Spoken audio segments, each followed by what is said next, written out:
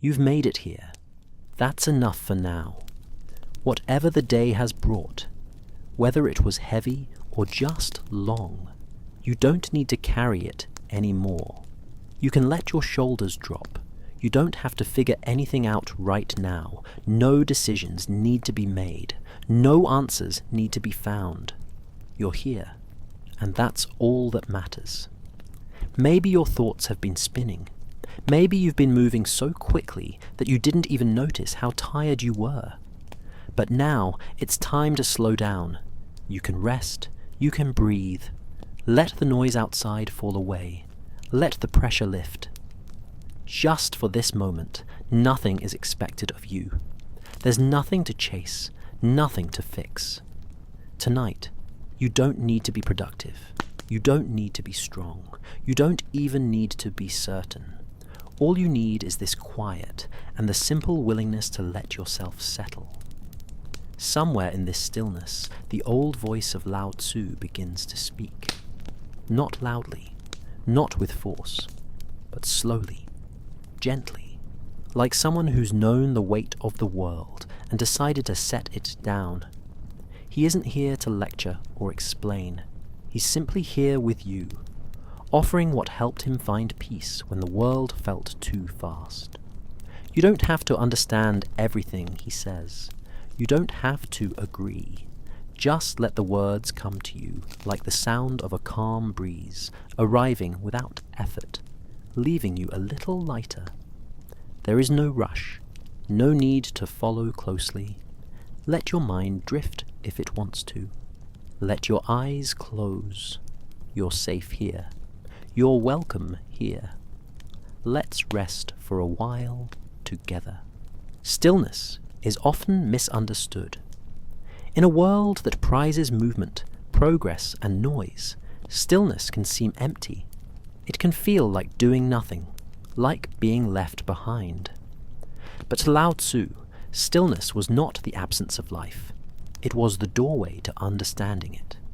He observed the world closely, the flow of rivers, the swaying of trees, the way animals moved only when needed, and how even the sky had its quiet moments. In nature, he saw something that people often missed. Clarity didn't come from more action, but from less. Water becomes clear when left undisturbed. Minds, too. There is a passage in the Tao Te Ching that says, "Muddy water, let stand, becomes clear." This simple image carries more wisdom than pages of instruction. When you are constantly moving, constantly thinking, your mind becomes clouded. You stir everything up without realizing it. Thoughts tangle, emotions blur, direction gets lost. But when you're still, the chaos slowly settles. Not because you force it to, but because you allow it the space to do so. Lao Tzu understood that most of our confusion comes not from what we don't know, but from the rush to know too much, too quickly. We seek answers before the questions have even formed clearly. We react before we've listened. Stillness offers a pause, a space between moments. It gives us time to see without judging, to feel without grasping. And in that space, things begin to sort themselves out. There is no need to chase clarity. It will come when the mind has room. Just like dust settles on a calm surface, understanding comes to a quiet mind. Not because of force, but because of patience. Stillness is not passivity. It is not giving up. It is choosing to wait, to breathe, to observe, until the truth rises on its own. Lao Tzu never claimed to have all the answers. He simply noticed what happens when we stop struggling against the current. He saw that when we are quiet, we begin to hear things we couldn't before. The soft voice inside, the deeper rhythm of life, the gentle direction that doesn't come from logic, but from something older, something wiser. Stillness isn't just an action, it's a trust. A trust that not everything needs your intervention. A belief that life knows how to move on its own, if you stop trying to control every step. It's not easy at first. The mind wants to fill the silence. It wants to do something, fix something, plan something. But if you give it time, if you let the silence stay, it becomes more comfortable. And eventually, it becomes welcome. In quiet moments, we start to see what truly matters. Not the endless worries or the plans we've rehearsed in our heads 100 times. Not the pressure to prove or achieve or explain ourselves. What emerges in stillness is something simpler, a kind of knowing that doesn't need to be spoken, a calm presence that doesn't ask for attention. And once it's felt, even for a moment, it becomes easier to return to. Stillness also reminds us of our limits, and in doing so, it brings peace. You cannot force the sun to rise faster. You cannot rush healing or growth or understanding. When you accept that, something relaxes inside you. You realize that it's okay to not have everything figured out. It's okay to rest in the unknown for a while. Let the noise of the world fade for a while. You've done enough thinking for one day. You don't need to solve anything right now. Just let yourself sit in this quiet space. Let your mind breathe. Even if it wanders, let it wander gently. You're not doing anything wrong by being still. Lao Tzu saw life not as a problem to solve, but as a mystery to be allowed. Stillness was his way of stepping out of the way so that the mystery could unfold on its own. He didn't try to capture the Tao with words. He let it flow through him, and in doing so, he became part of it. Like a stone resting in a stream, not blocking the water, but letting it move around him. There is something freeing in that image.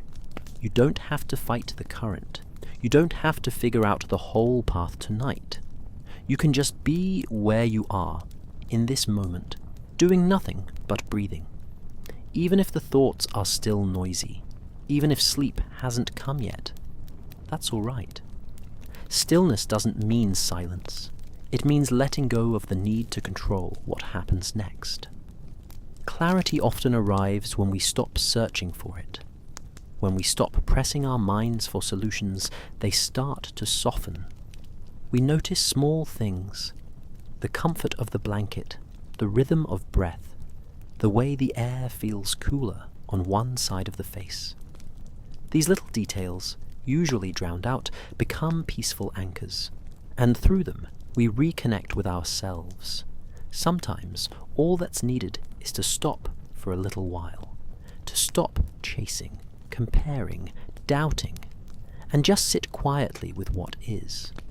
That's where clarity waits, not hidden, not locked away, just quiet, patient, waiting for you to notice it again. You don't need to hold so tightly anymore. The thoughts can come and go. The day can fade behind you. Stillness is here, like a soft floor to rest on. Nothing is being asked of you now. There's nowhere to go, nothing to become. You're already enough, just like this. Lao Tzu would not have wanted you to strain to understand his words. He offered them as gentle guidance, not commandments. Do you have the patience to wait, he asked, until your mud settles and the water is clear? That is all he asks. Patience, a little space, a little quiet. No need to rush it. In the stillness, you may feel things you've been avoiding. You may notice old thoughts rising. That's okay. You don't have to fix them. You don't have to resist them. Just let them float. Like leaves on a pond, they'll drift by. And when they do, the deeper calm beneath them becomes easier to feel. There is no finish line tonight, no final thought or answer to reach.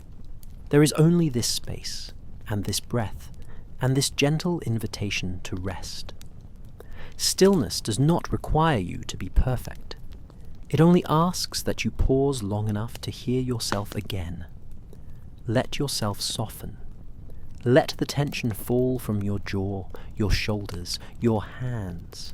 You are allowed to stop holding everything. The world will continue without your effort for a while. It knows how. And if your mind is still busy, that's all right too.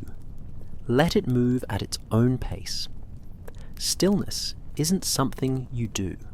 It's something you allow. Let it come naturally, like nightfall, without force, without fear. Somewhere beneath the thoughts, beneath the planning and remembering and hoping, there is a calm part of you that's always known how to be still. You don't have to find it. Just give it space. And in time, it will rise. Just like muddy water, left alone, becomes clear. Lao Tzu lived in a world that already seemed too fast, too ambitious, too noisy. He watched people run toward things they didn't understand, trying to force progress, pushing for results, chasing after success or control or truth as if these were prizes to be seized with enough effort. But the more people ran, the more lost they became. So he stepped back, he slowed down, he listened, and from that still place he offered a different idea. Stop chasing, and the way will come to you. It sounds simple, maybe too simple, but that's where the power lies. When you chase something, you create distance. You turn it into a goal, something separate from yourself. You start to measure, to compare, to judge. You begin to think you are not enough until you have it. But the way, the Tao, doesn't work like that. It's not a thing to be reached. It's not a destination or a reward. It's already all around you. It's in the quiet moments, in the pauses, in the space between thoughts. The more you try to hold it, the more it slips away. But when you stop grasping, it settles naturally into your life. Lao Tzu didn't mean that we should never act or care or move. He simply saw that frantic striving often leads to tension, and tension blinds us. When we try too hard to control the path, we lose the ability to feel it beneath our feet. There is a kind of knowing that only comes when we stop needing to know. A direction that only appears when we stop demanding answers. Let the noise of the world fade for a while. Let yourself sit without needing to go anywhere. The way doesn't need to be chased, it needs to be welcomed. And welcoming doesn't take effort. It takes space, patience, stillness. It takes trust. That trust is not always easy, especially when you're tired, especially when life feels uncertain or unfair. But Lao Tzu didn't offer trust as something blind or forced. He offered it as a gentle reminder, a quiet confidence that life has a rhythm. And if you let go of your grip on how things should be, you'll begin to feel how things are.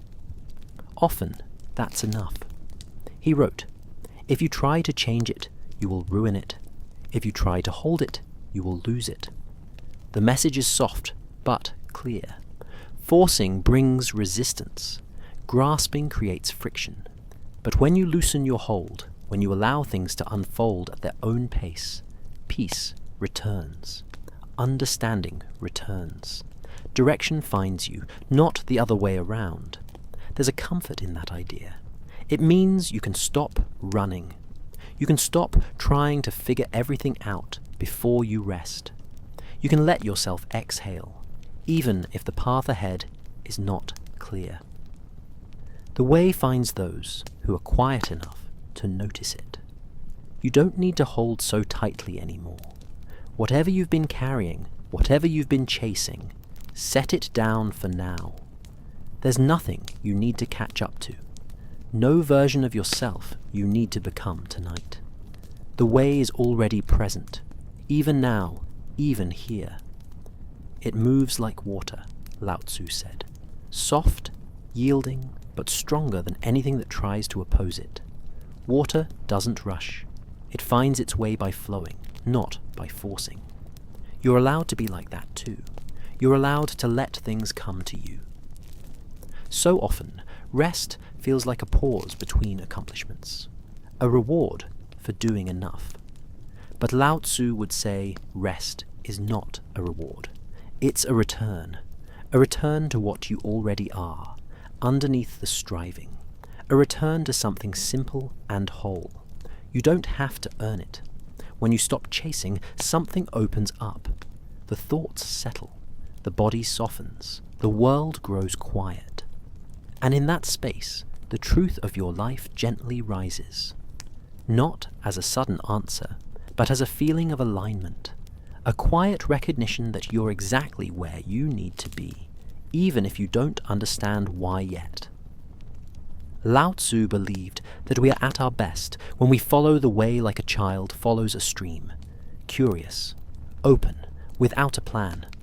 He saw how effort and ambition often come from fear. Fear of being left behind, fear of not being enough. But the way is not interested in fear. It doesn't respond to pressure. It responds to sincerity, to gentleness, to presence. You don't have to force your mind to stop tonight. You don't have to push thoughts away. Let them come. Let them pass. Let them slow down on their own. The way moves through your life even when you're not aware of it, even when things seem still or uncertain or messy. There's no need to chase it. Just don't block it. Let it flow. Sometimes that means doing less. Sometimes it means saying no, or letting go, or simply resting when every part of you feels the urge to keep going. That's not weakness. That's wisdom. That's what allows the deeper parts of life to rise to the surface. There is a kind of peace that doesn't depend on circumstances. A kind of clarity that doesn't come from knowing everything. It comes from not needing to know. From trusting that whatever you are moving toward is also quietly moving toward you. Tonight, allow yourself to stop, not because you've given up, but because you've remembered that life doesn't require you to struggle to be meaningful. You're already part of something greater, something wise and slow and kind. It's okay to rest in that. Lao Tzu never told people to follow him. He simply pointed toward what he noticed. He saw that those who chased too much often missed the beauty right in front of them. He saw that those who slowed down began to see more clearly. And he trusted that if people could learn to stop grasping, they'd feel the way for themselves. You don't have to become someone different to be okay. You don't have to do more to be at peace. You're already here, already close to what you've been looking for. The way knows how to find you. Just let yourself be still long enough to notice when it arrives. If the mind is busy, let it be busy. If the body is tired, let it rest. Let the pressure ease. Let the breath deepen. Nothing urgent needs your attention now. There is only this moment, this soft pause, this quiet return to something simple and steady. The way doesn't need to be chased. It's not hiding. It's not far away. It's in the silence between your thoughts. It's in the breath you just took. It's in the choice to be gentle with yourself, even for a moment. Tonight, you're allowed to stop. You're allowed to trust that rest is part of the way. Not a break from life, but life itself, slowing down to meet you exactly where you are. Lao Tzu often reminded people that strength doesn't always look the way we expect. The world tends to admire the firm, the loud, the forceful. It rewards the ones who push hard and speak with certainty. But Lao Tzu looked closer, and he saw something different. He saw that in nature, the strongest things are not always the hardest. Often, they are the softest. and what is soft, when patient, can wear down what is rigid. He spoke often of water, gentle, flowing, shapeless. It bends around what it touches, yields without resistance, and yet it has the power to carve through rock, not through violence or force, but through time, persistence, and gentleness. That was Lao Tzu's lesson. The soft overcomes the hard, not immediately, not dramatically, but inevitably.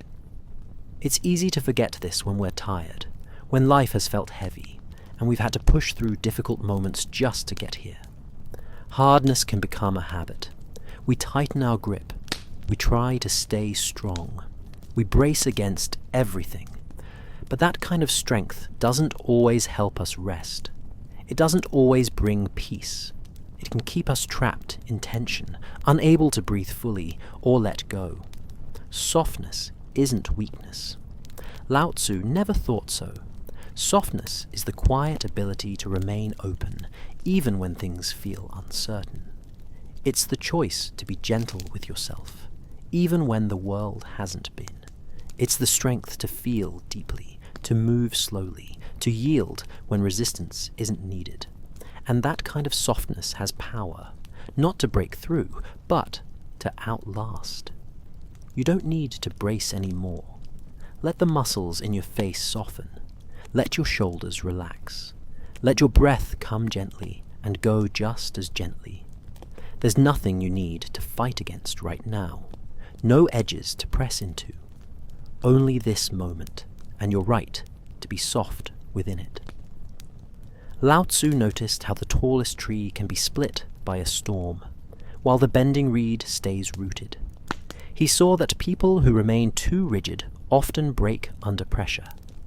But those who learn to bend, to yield, to move with life instead of against it, they endure. They survive storms not by overpowering them, but by letting them pass through. That lesson isn't about giving up. It's about trusting that force isn't always the answer. Some problems aren't solved by effort. Some feelings don't change through analysis. And some nights, the best thing you can do is stop trying to fix yourself and simply allow yourself to rest. Let the noise of the world fade for a while. You've done enough holding, enough pushing, enough trying. For now, let things be unfinished. Let your breath be your only task. Let this softness be your strength. There is a kind of healing that begins when we stop demanding so much from ourselves. When we allow the parts of us that feel tired, vulnerable, or uncertain to simply be as they are, not fixed, not changed, just acknowledged with kindness. That's what softness offers. A quiet place to land. The Tao doesn't require you to become someone different. It doesn't ask you to be perfect. It meets you where you are, and it waits. Not with judgment, but with patience. And the more gently you approach it, the more clearly it appears. It's not something to conquer. It's something to be with. And being with it starts with letting go of the need to be so hard all the time. Lao Tzu didn't try to change the world through resistance. He didn't call for people to dominate or defeat. He simply showed that nature itself moves through softness, through balance, through yielding. Water nourishes without trying. Wind reshapes landscapes without planning. And the heart, when relaxed, finds its rhythm again without being forced. You may feel like you need to be strong to get through everything, but tonight, strength doesn't mean effort. It means allowing your body to soften, your mind to settle, your breath to deepen. That's what softness feels like. It's the moment your guard lowers and something deeper is allowed to rise in its place. Even if there are things left unresolved, even if thoughts keep returning, you can meet them with gentleness. You can let them be, without needing to push them away. you can sit beside them quietly. And over time, like water over stone, that softness will shape your life in ways that strength never could. In the Tao Te Ching, Lao Tzu writes, "Nothing in the world is as soft and yielding as water. Yet, for dissolving the hard and inflexible, nothing can surpass it." He didn't just mean water, he meant presence. He meant patience. He meant choosing to approach life with an open hand instead of a closed fist. When we act from softness, we make space for others too. Our relationships feel less strained. Our reactions become more measured. And we begin to carry less of the weight we thought we needed. Life becomes less about enduring and more about flowing, just like water. You're allowed to feel soft right now, to not have the answers, to not be okay in every way. That softness, when accepted, becomes peace. And peace doesn't ask you to prove anything. It just asks you to rest here, quietly, and allow things to be as they are for a while. Lao Tzu trusted that what's gentle is not only enough, it's often wiser. The loudest voices aren't always the truest. The most aggressive paths aren't always the surest.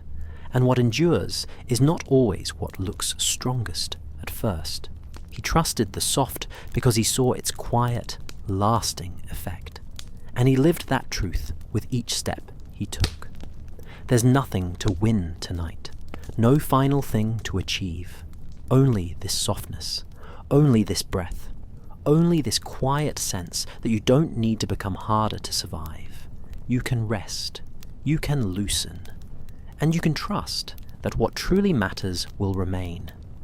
Even if your thoughts drift, even if sleep doesn't come right away, this softness is enough. Just being here, gently, patiently, is enough. The Tao doesn't rush, neither should you. Let yourself soften. Let this moment carry you without needing to do anything. You're safe here. You're allowed to rest. The soft overcomes the hard, not with effort, but with time. Let time do its quiet work now. Let it hold you until the hard edges inside begin to ease. And when they do, the way will feel closer, not because you chased it, but because you allowed it to come to you. Lao Tzu noticed something many people overlook. The usefulness of a cup, he said, lies in its emptiness. The shape of the bowl may be well made, but it is the empty space inside that holds the tea. It is what isn't there that makes it valuable. This idea feels simple, but it changes everything, because we so often live as if being full of thoughts, plans, tasks, noise is the only way to feel secure.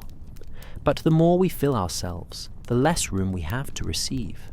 The more we carry, the harder it becomes to breathe.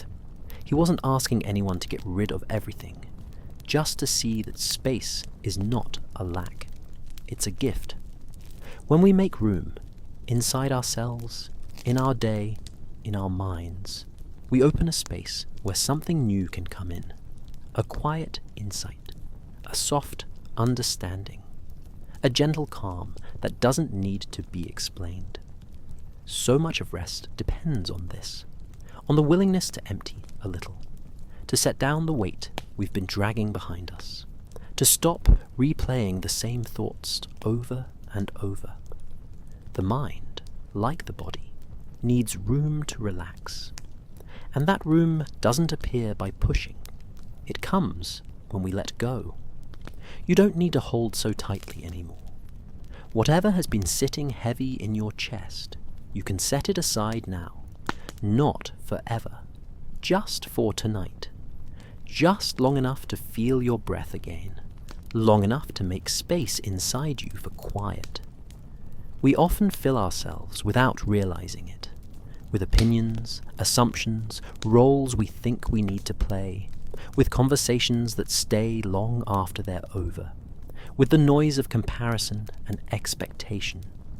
It happens slowly, almost invisibly. But soon we feel crowded, even within our own thoughts.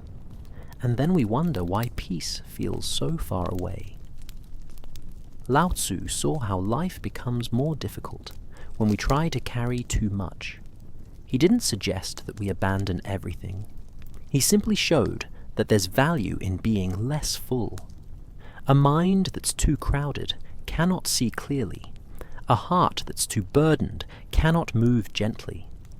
But when we allow some of that fullness to fade, even a little, something softer appears.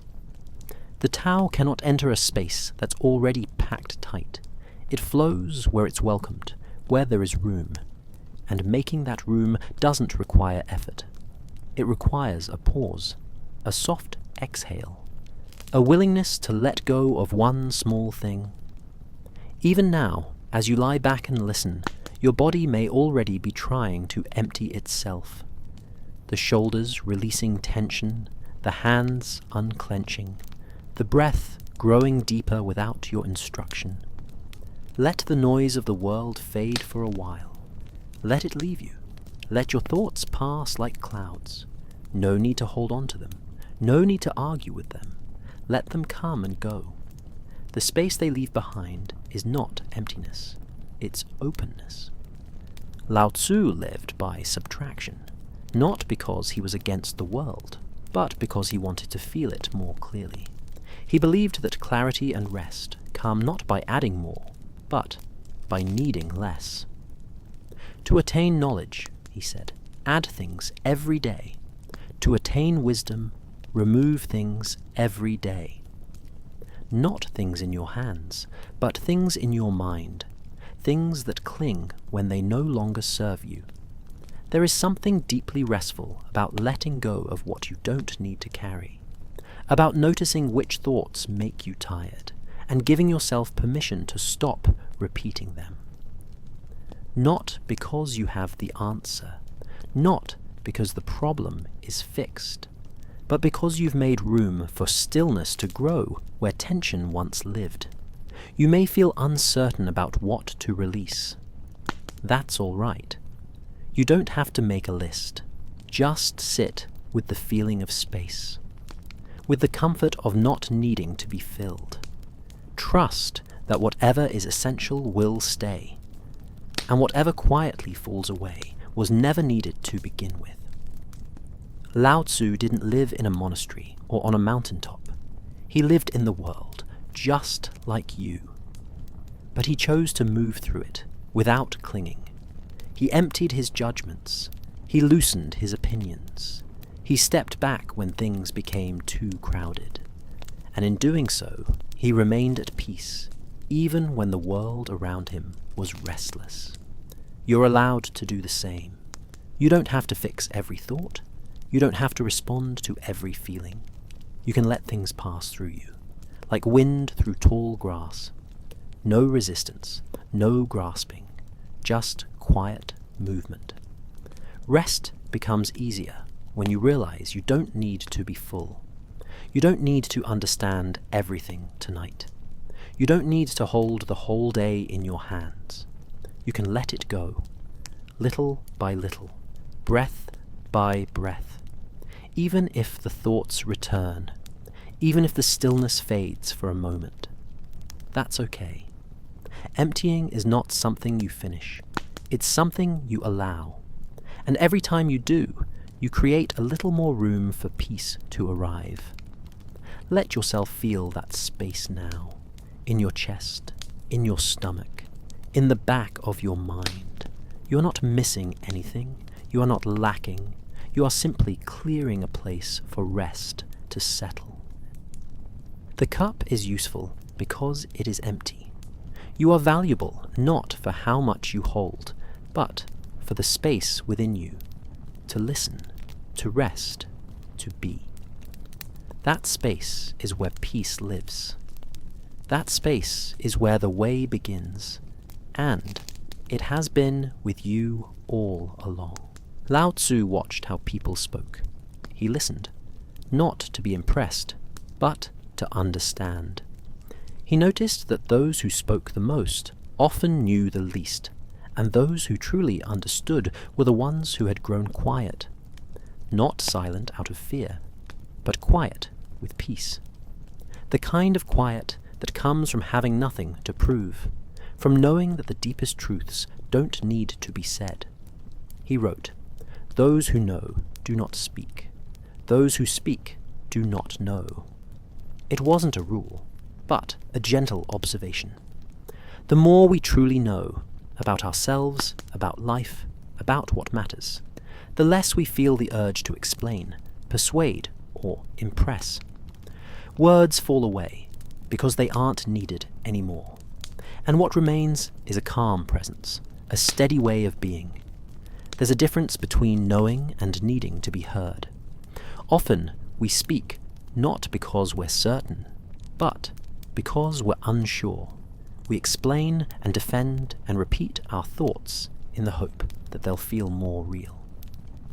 But Lao Tzu saw that truth is quiet. It doesn't need noise to be true. It simply is. Stillness and silence are not empty. They are full of awareness. When we stop speaking, we start to listen more deeply, not just to others, but to ourselves. We hear the thoughts we usually drown out. We notice feelings that were waiting quietly beneath the surface. And in that noticing, something begins to settle. You don't have to explain yourself right now. You don't have to think of what you'll say tomorrow, or replay what you said earlier. Let the need for words fade for a while. Let the mind grow soft and still, like a pond with no ripples. Lao Tzu never placed value on cleverness or argument. He didn't admire those who had answers for everything. He admired those who could sit with mystery, who didn't rush to speak just to fill silence. In silence, he believed, wisdom could rise naturally, without effort, without force. You've probably seen this in your own life. When someone truly understands something deeply, whether it's love, grief, peace, or pain, they don't need to talk about it constantly. There's a calm in their presence, a softness in their way of being. That's not because they know everything, but because they've stopped chasing certainty through noise. Sometimes the most powerful understanding is quiet, a knowing that doesn't need an audience, a feeling of alignment that doesn't need to be spoken to be real. You can feel that kind of knowing in your body, in your breath, in the way you settle more easily when you stop reaching for the right words. It's not that speech is bad. Lao Tzu never said that. He simply pointed out that we often confuse speaking with knowing. But the two are different. Speaking can be helpful, even healing.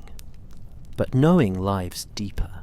It shows itself more in how we move, how we treat others, how we rest in our own company when no one is watching.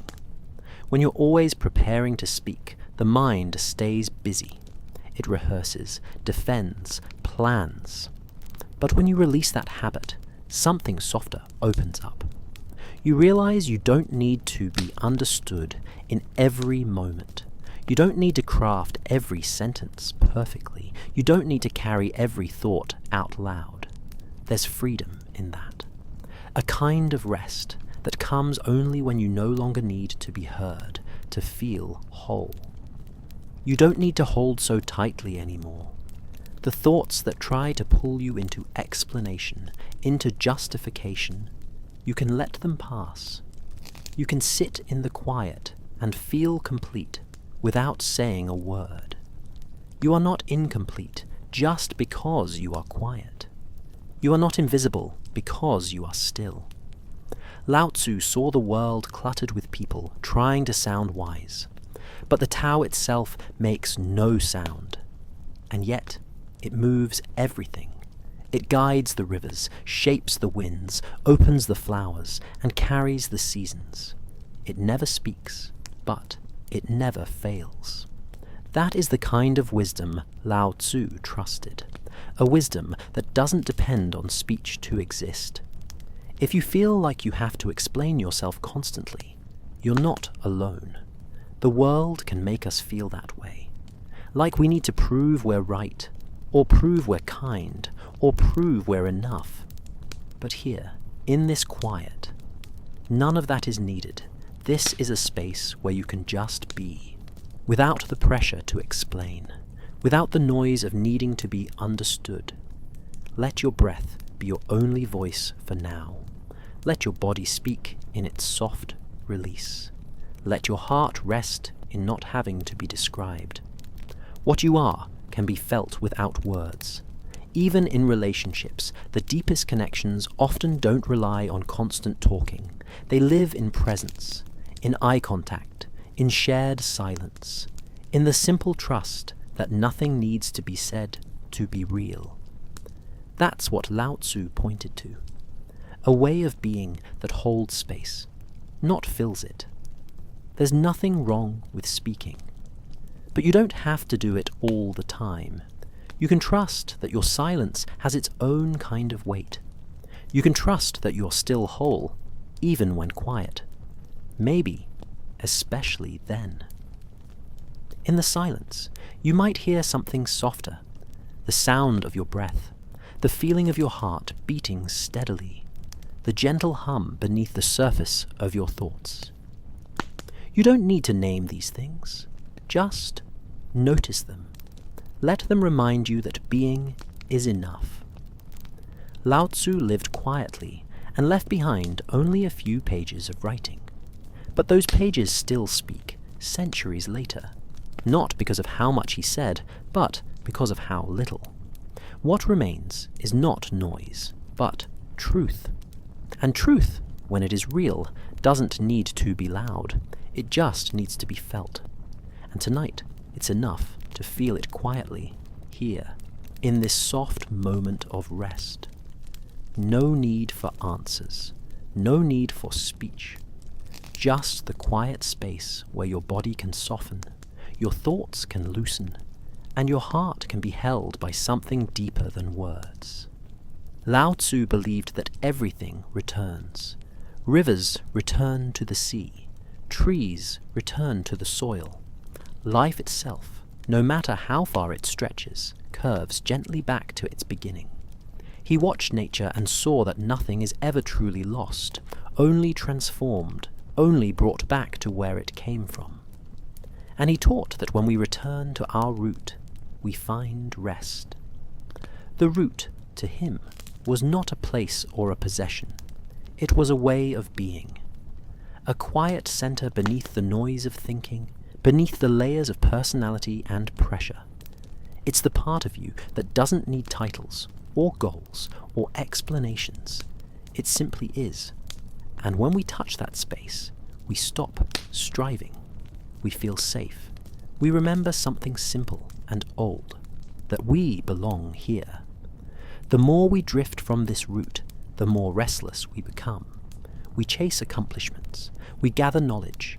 We try to define ourselves with what we do or how we appear. But Lao Tzu saw that peace doesn't come from becoming more. It comes from remembering what we already are. Returning doesn't mean going backward. It means coming back into alignment with what was always quietly there. Let the noise of the world fade for a while. Let your breath guide you back. You don't need to solve anything right now. You don't need to be anyone but the person lying here, breathing, listening, resting. That's enough. Lao Tzu wrote, "Returning is the motion of the Tao. Repose is the way of its being." The Tao moves in cycles. It expands, and then it returns. Just like the seasons, just like day into night. And in that return, there is a soft kind of settling, a release of tension, a falling back into place. We're taught to move forward, always forward, to grow, to improve, to keep adding more. But if you only move outward, without returning inward, you lose your balance. You become scattered, tired, disconnected from the part of you that doesn't need to perform. That's why Lao Tzu pointed us toward the root. It is the place where effort dissolves, where identity softens, where presence begins. The root is not hard to find. You don't need to travel or think deeply. You just have to slow down, listen, breathe, let the busy thoughts pass by. Beneath them, there is something still and familiar. That's your root. It holds you even when you forget it's there. Lao Tzu didn't speak of the root as something mystical. He saw it in everyday things, in the way a tree holds still through the seasons, in the way a child rests without needing a reason, in the way a quiet evening feels like home. He believed this resting place is always close. But we lose sight of it when we get caught in the surface of things.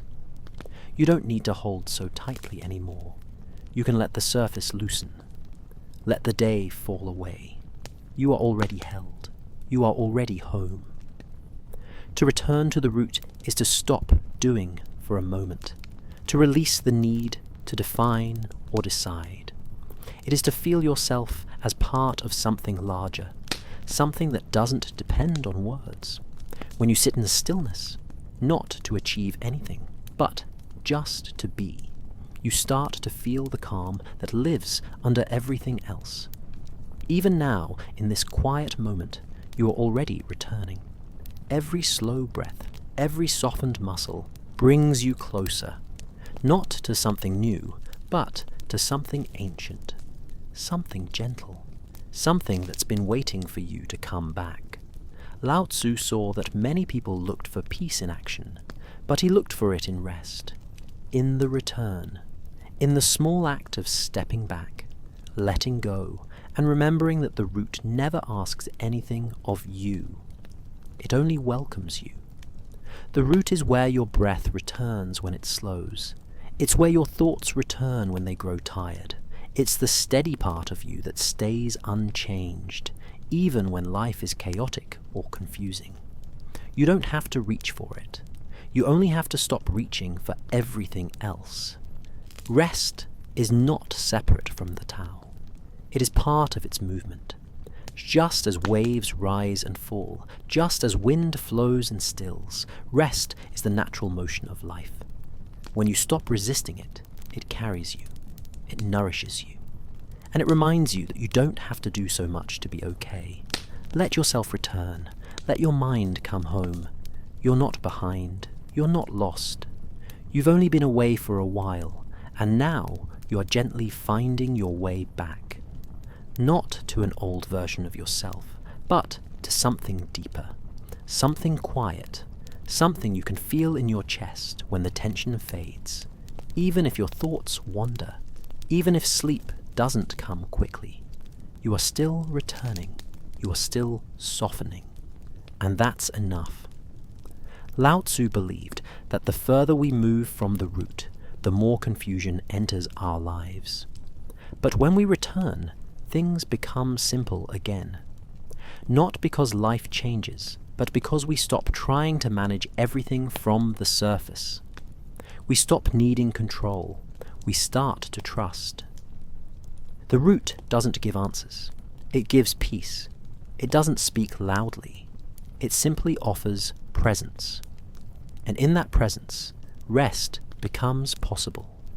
Not just physical rest, but the deeper kind, the kind that brings ease to your heart, the kind that lets you feel like yourself again.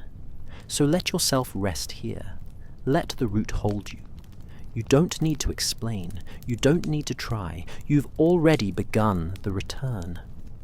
And as you breathe, as you lie still, as you listen to this quiet, know that you are right where you're meant to be. Everything else can wait. The day is done. The thoughts can fade. You are returning. And in that return, you are finding rest.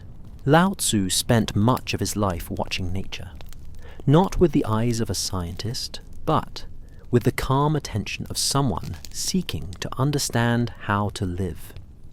He saw how rivers flow without forcing their way forward, how trees grow tall not by trying, but simply by being rooted and open to the sun. He noticed that nothing in nature hurries, and yet everything is completed. He wrote, "Nature never hurries, yet everything is accomplished."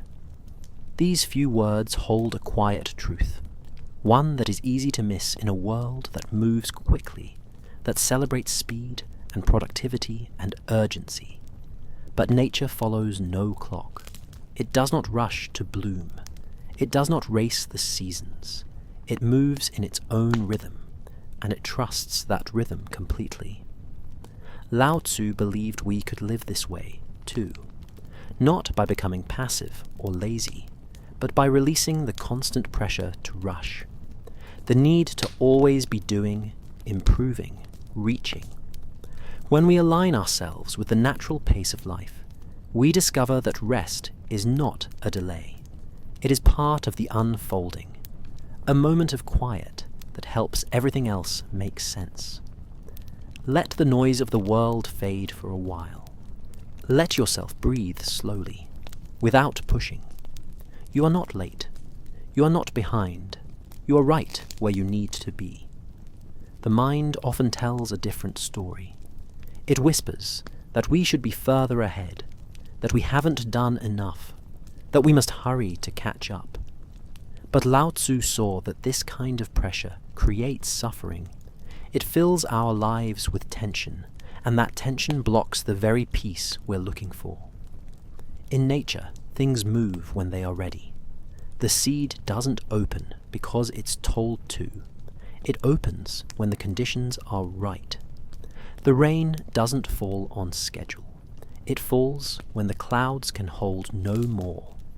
And still, somehow, everything unfolds in balance, without anxiety, without rushing. We are part of nature too, but we often forget this. We try to control time, to force outcomes, to make everything happen faster.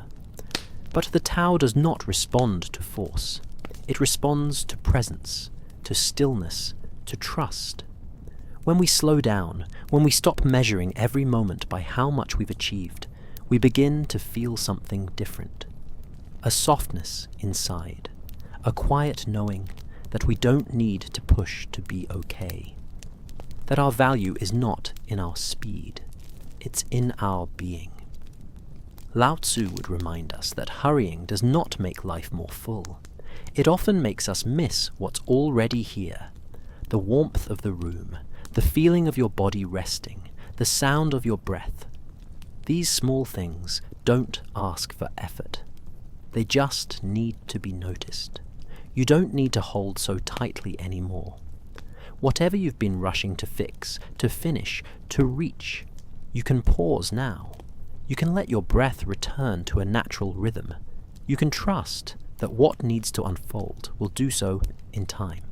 The world may keep spinning fast, but you are allowed to move slowly, to take your time, to rest without guilt. Nature does not apologize for its pace. It simply moves as it was meant to. So can you. The idea of rushing often comes from fear. Fear of missing out, fear of failure, fear of falling behind. But fear is not part of the Tao. The Tao has no race to win. It simply moves in harmony with what is. When we return to that mindset, even for a moment, we feel lighter, more grounded, more whole. You don't have to finish everything tonight. You don't have to reach some final state before you're allowed to rest. Rest is not something you earn. It is something you return to, like the way rivers return to the sea, like the way evening returns to the sky. Even as you lie here, listening, your body knows how to rest. You don't have to guide it. You don't have to rush it. Just allow it. Let your limbs feel heavy. Let your breath be gentle. Let your thoughts drift without resistance. That's all that's needed. Lao Tzu didn't want people to stop living. He wanted them to stop chasing. He believed that life moves best when we stop forcing it, that when we step back, when we allow space, the next step becomes clear on its own, and the path becomes smoother, not because we made it that way, but because we stopped rushing through it. Nature teaches us patience. The tree does not grow faster because we ask it to. The sun does not rise sooner when we're in a hurry. Life unfolds in its time, and there is a kind of peace in accepting that. You are not failing by slowing down. You are returning to something more honest, more sustainable.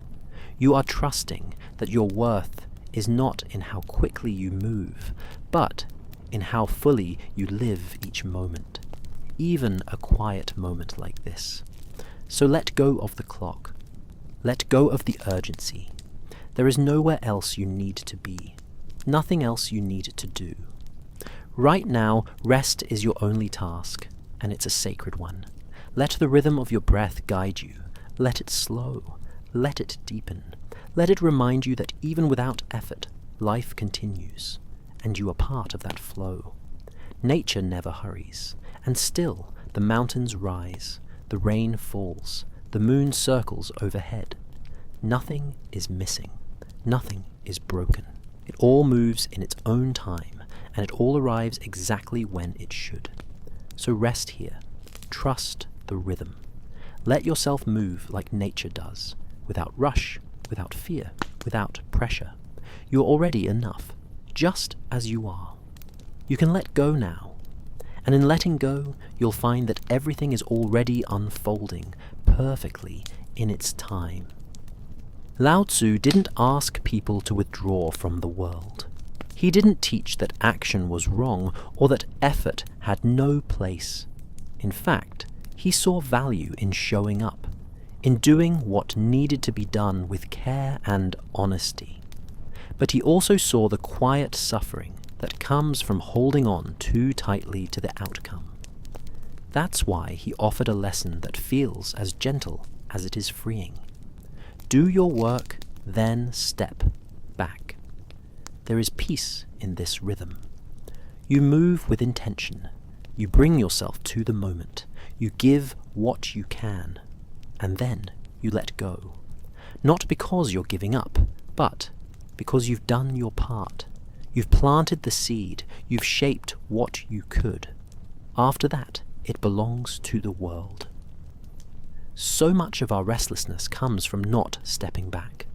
We replay what we said, wonder if we did enough, try to shape the result even after we've acted. But Lao Tzu saw that this kind of grasping wears us out. It's like tending a garden, and then staying up all night trying to make the flowers bloom faster. Life doesn't work that way, and neither does peace. Let the noise of the world fade for a while. You've done what you could today. You don't have to carry it all into the night. You can lay it down now. Let your work be enough. Lao Tzu wrote, "Do your work, then step back." The only path to serenity. These words don't just speak to action, they speak to attachment. The part of us that wants to control the future, the part that hopes to be praised, or fears being misunderstood. Stepping back isn't about disappearing. It's about trusting that what's done is done, that what matters most doesn't need to be held so tightly.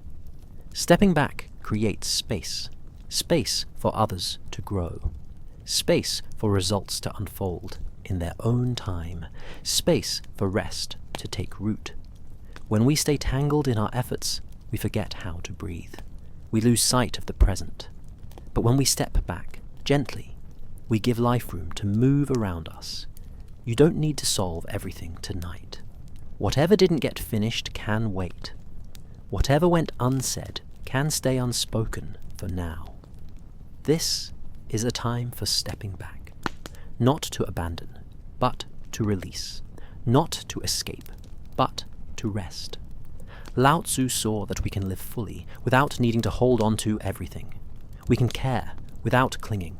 We can contribute without being consumed. And when we live like this, we feel lighter, because we're not forcing what isn't ours to carry. It's easy to confuse stepping back with indifference, but it's the opposite. Stepping back means you cared enough to act, and now you care enough to allow life to continue without your constant pressure. It's a gesture of trust, not avoidance, of knowing that effort has its place, but so does surrender.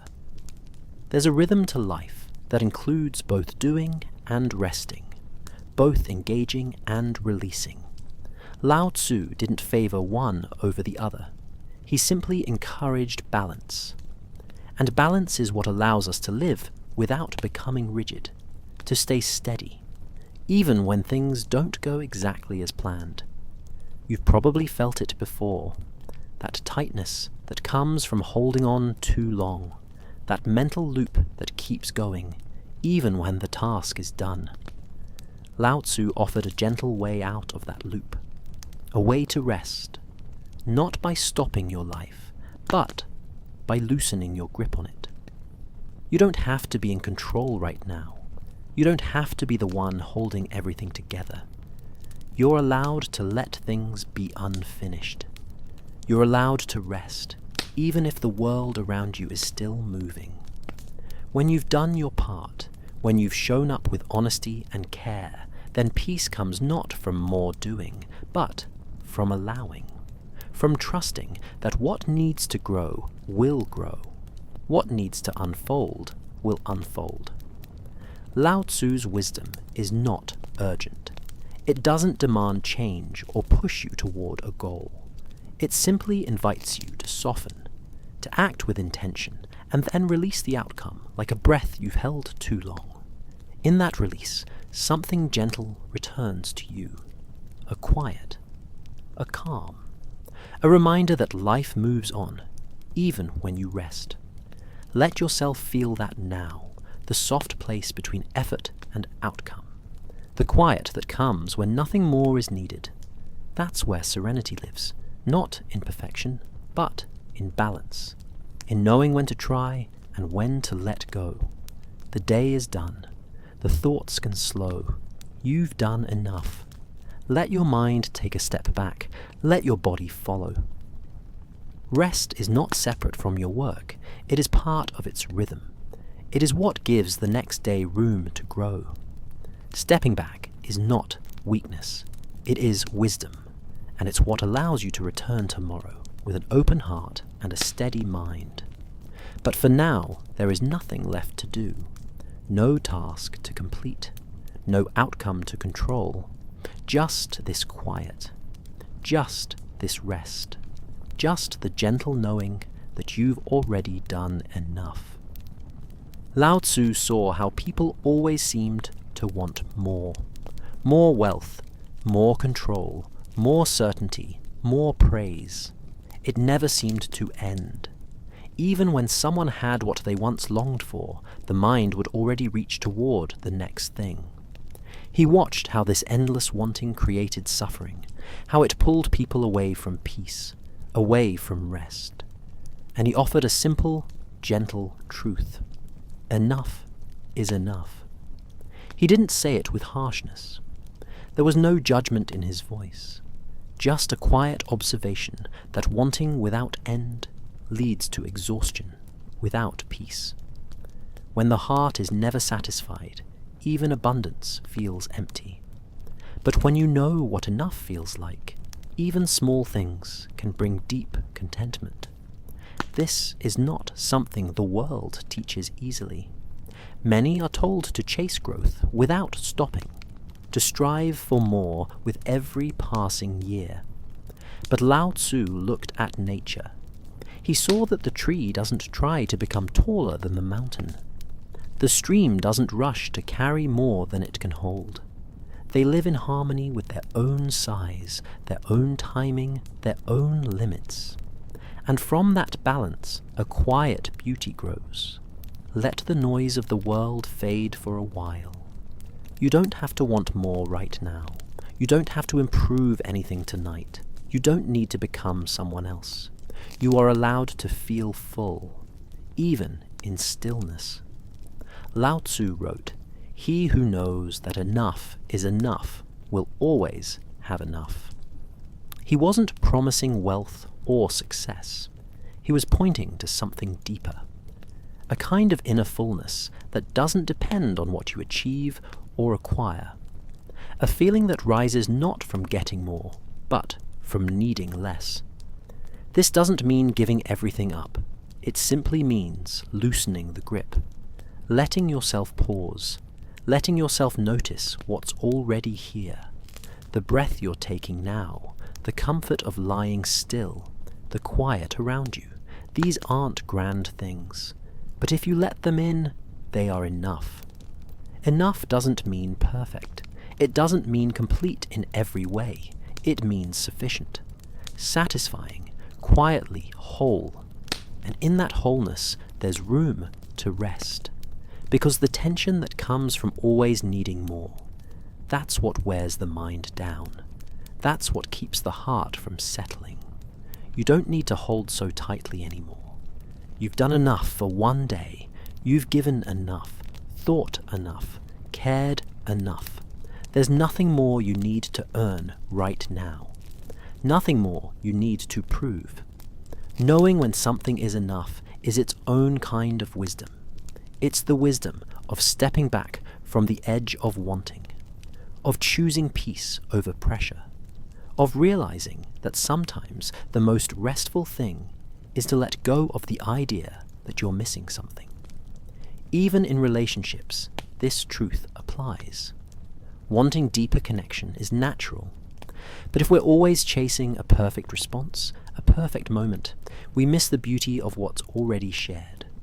Enough, in this sense, is a quiet appreciation, a soft acceptance, a space where love can grow without expectation. In daily life, this wisdom shows up in the smallest choices. The moment you stop scrolling because you've seen enough for now. The meal that doesn't need one more bite. The evening that doesn't need to be productive to be meaningful. These are tiny acts of rest. They tell the body, the mind, the heart, it's okay to pause. You are safe. Lao Tzu's path was not about denying the world. It was about moving through it with calm eyes, seeing that many of the things we think we need, we can live without, and that what truly sustains us, kindness, presence, stillness, is often already within reach. When we forget this, the mind can become loud. It starts making lists, setting targets, comparing and counting. But when we return to enough, the mind softens. It quiets down, like a child that finally feels held. There's nothing more to chase. Just breathe. Just rest. Even now, as you lie here, the part of you that always reaches can begin to slow. You've arrived. You don't need to move forward tonight. You can let go of trying to be more. You already are. Enough is not a finish line. It's a state of mind. It's a choice to say, this moment is complete, just as it is. And in that choice, something shifts. The shoulders relax, the jaw softens, the thoughts lose their edge, and sleep comes closer. Lao Tzu would not ask you to abandon your goals. He would simply ask you to notice when the pursuit begins to take more than it gives, to feel when your striving turns into strain, and in those moments, to return to stillness, to rest. So let yourself rest here now, in this small space where enough has nothing to do with success or failure. It's just a feeling, a permission, a breath that doesn't reach for more. The world will keep turning. The things you care about will still be there tomorrow. But tonight, you can be with what is, without adding, without fixing, without rushing. Enough is not far away. It is right here, in your breath, in your body, in this soft, quiet moment that asks nothing of you. Let yourself stay with it a little longer. Let it hold you. And as the mind begins to drift, as the body grows heavier, let the thoughts settle in gently. Enough is enough. And that is more than okay. It is peaceful. It is full. It is rest. Lao Tzu observed that life, at its core, is a movement, a quiet unfolding, not always smooth, not always easy, but always in motion. And he believed that peace comes not from trying to stop that motion or control it, but from learning how to move with it. He encouraged a way of living where we let things flow naturally, without resistance, without force. This isn't about doing nothing. It's about doing less of what makes life harder than it needs to be. We often think that if we just try harder, push more, plan everything, we'll finally feel settled. But Lao Tzu saw that this effort often leads us away from rest. It fills our minds with pressure. It tightens our grip. And the more tightly we hold, the less life seems to cooperate. To let things flow naturally is to trust a little more, to act when it's time to act, and to wait when it's time to wait. It's to sense the rhythm of a situation, rather than trying to shape it into something it's not ready to be. When we move like this, life feels softer. It doesn't stop being difficult, but it becomes less sharp. Let the noise of the world fade for a while. You don't have to hold every thread in your hand. You don't need to make everything turn out a certain way. Let things be as they are, just for now. Lao Tzu often spoke of water. He saw in it a quiet power. Water never fights. It doesn't resist the shape of the land. It flows around rocks, moves through narrow places, and still finds its way forward. That's how he described the Tao, the way.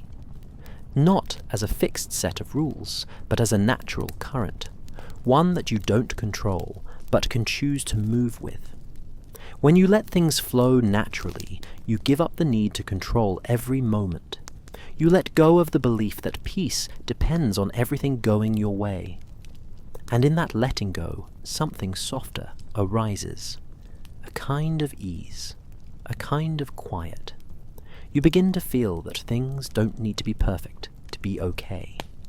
Lao Tzu didn't promise that everything would always be smooth. He knew that life includes change, difficulty, even pain.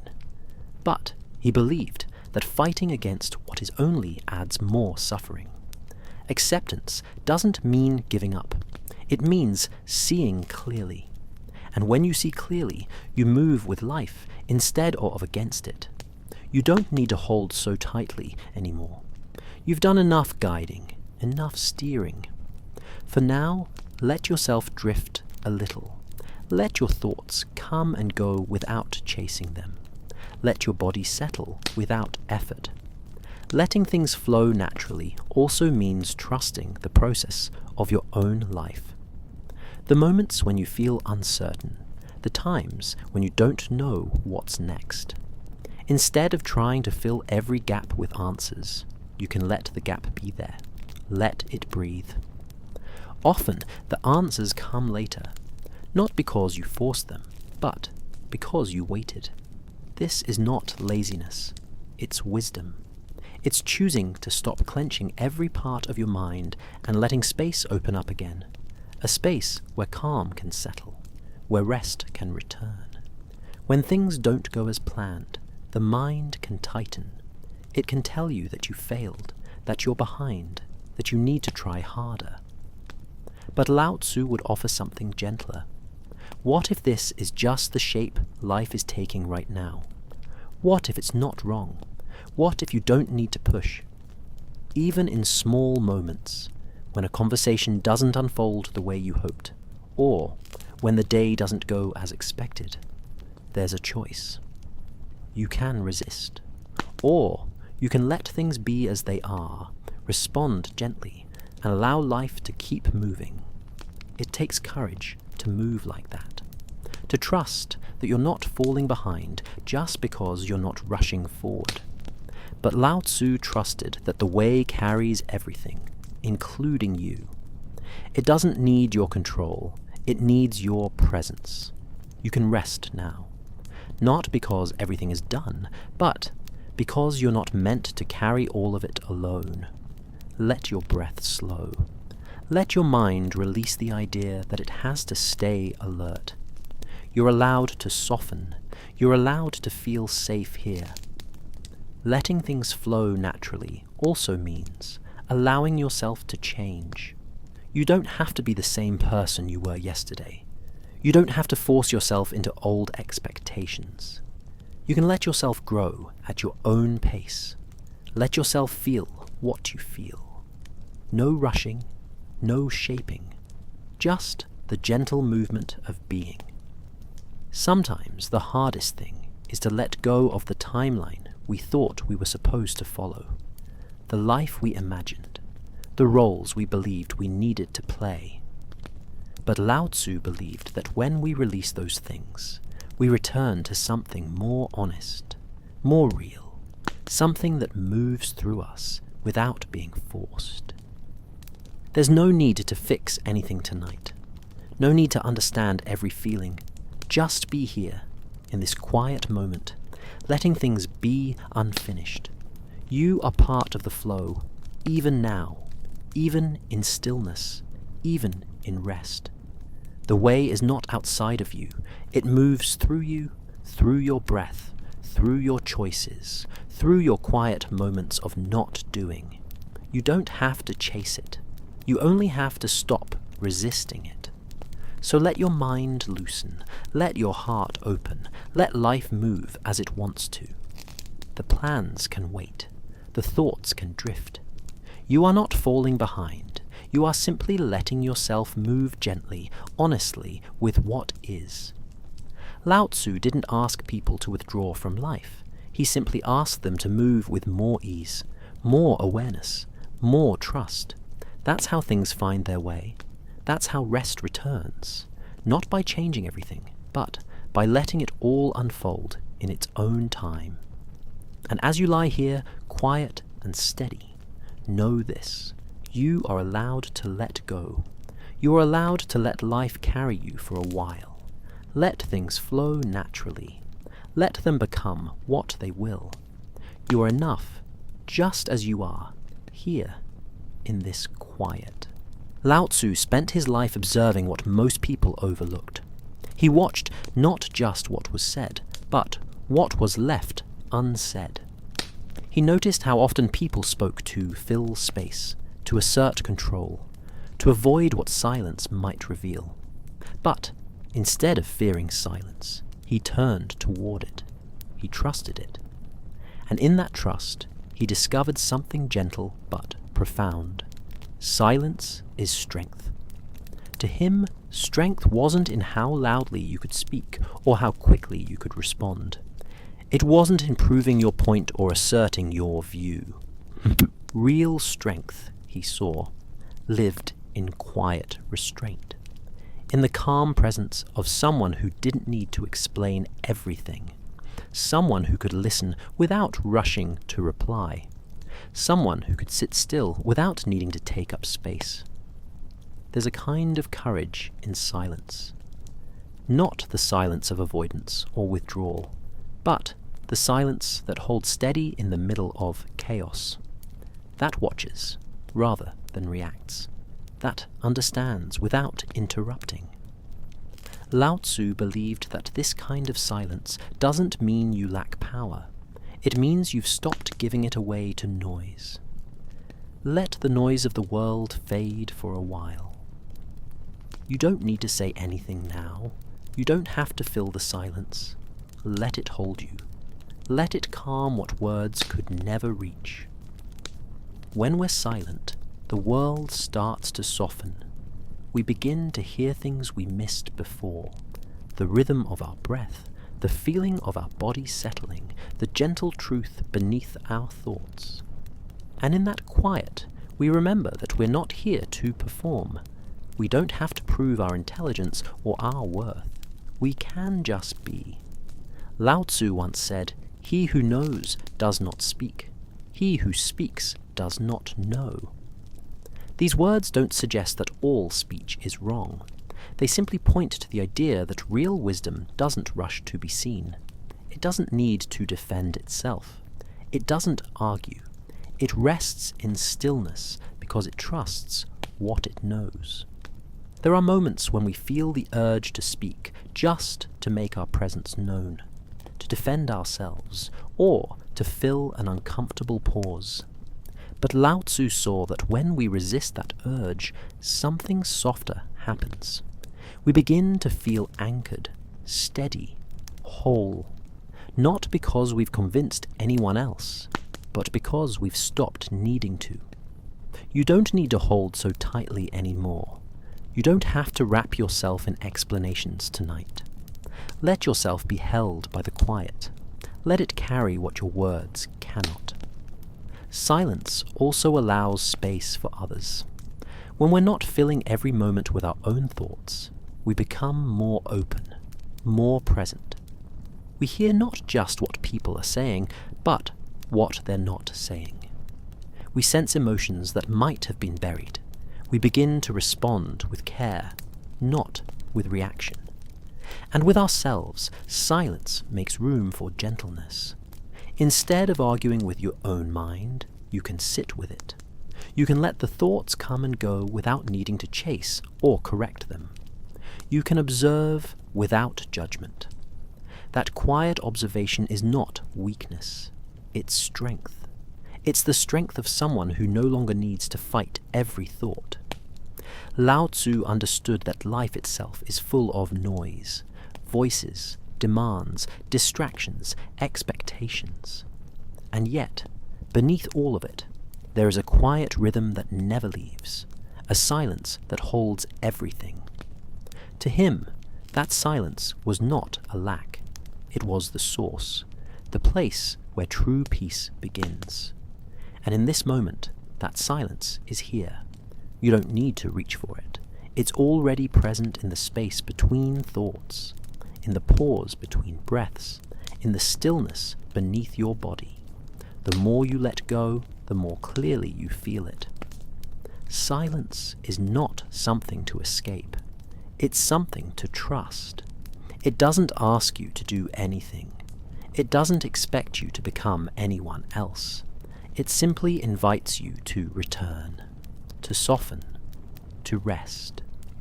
When you let yourself fall into silence, you begin to notice how little you need.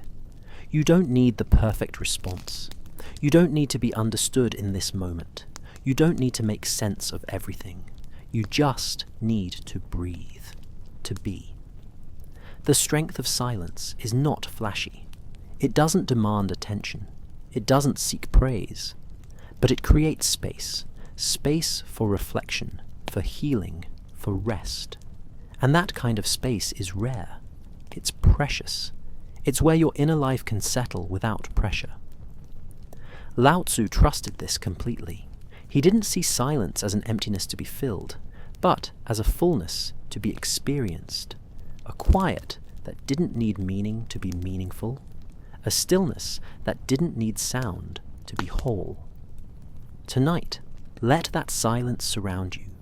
Let it soothe the parts of you that feel overstimulated or overworked. Let it carry away the pieces of thought that no longer serve you. Let it hold what you no longer wish to carry. Even if your mind is still busy, that's okay. You don't have to force silence. You only need to allow it.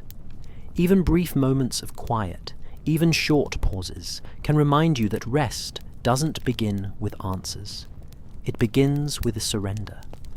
There is no pressure now, no questions to answer, no words to arrange. Just this gentle moment, just this breath, just the quiet rhythm that moves through you, whether you notice it or not. And in that rhythm, in that space, you are already strong. Not because of what you've said or done, but because you've allowed yourself to be still. Because you've chosen to let the silence speak for a while. Lao Tzu's path was never about adding more. It was always about returning to less. Less noise, less tension, less force. And through that return, peace appeared, not loud, not dramatic, just quietly present, like it had always been there, waiting. Let yourself rest here. Let yourself feel the strength that doesn't need words.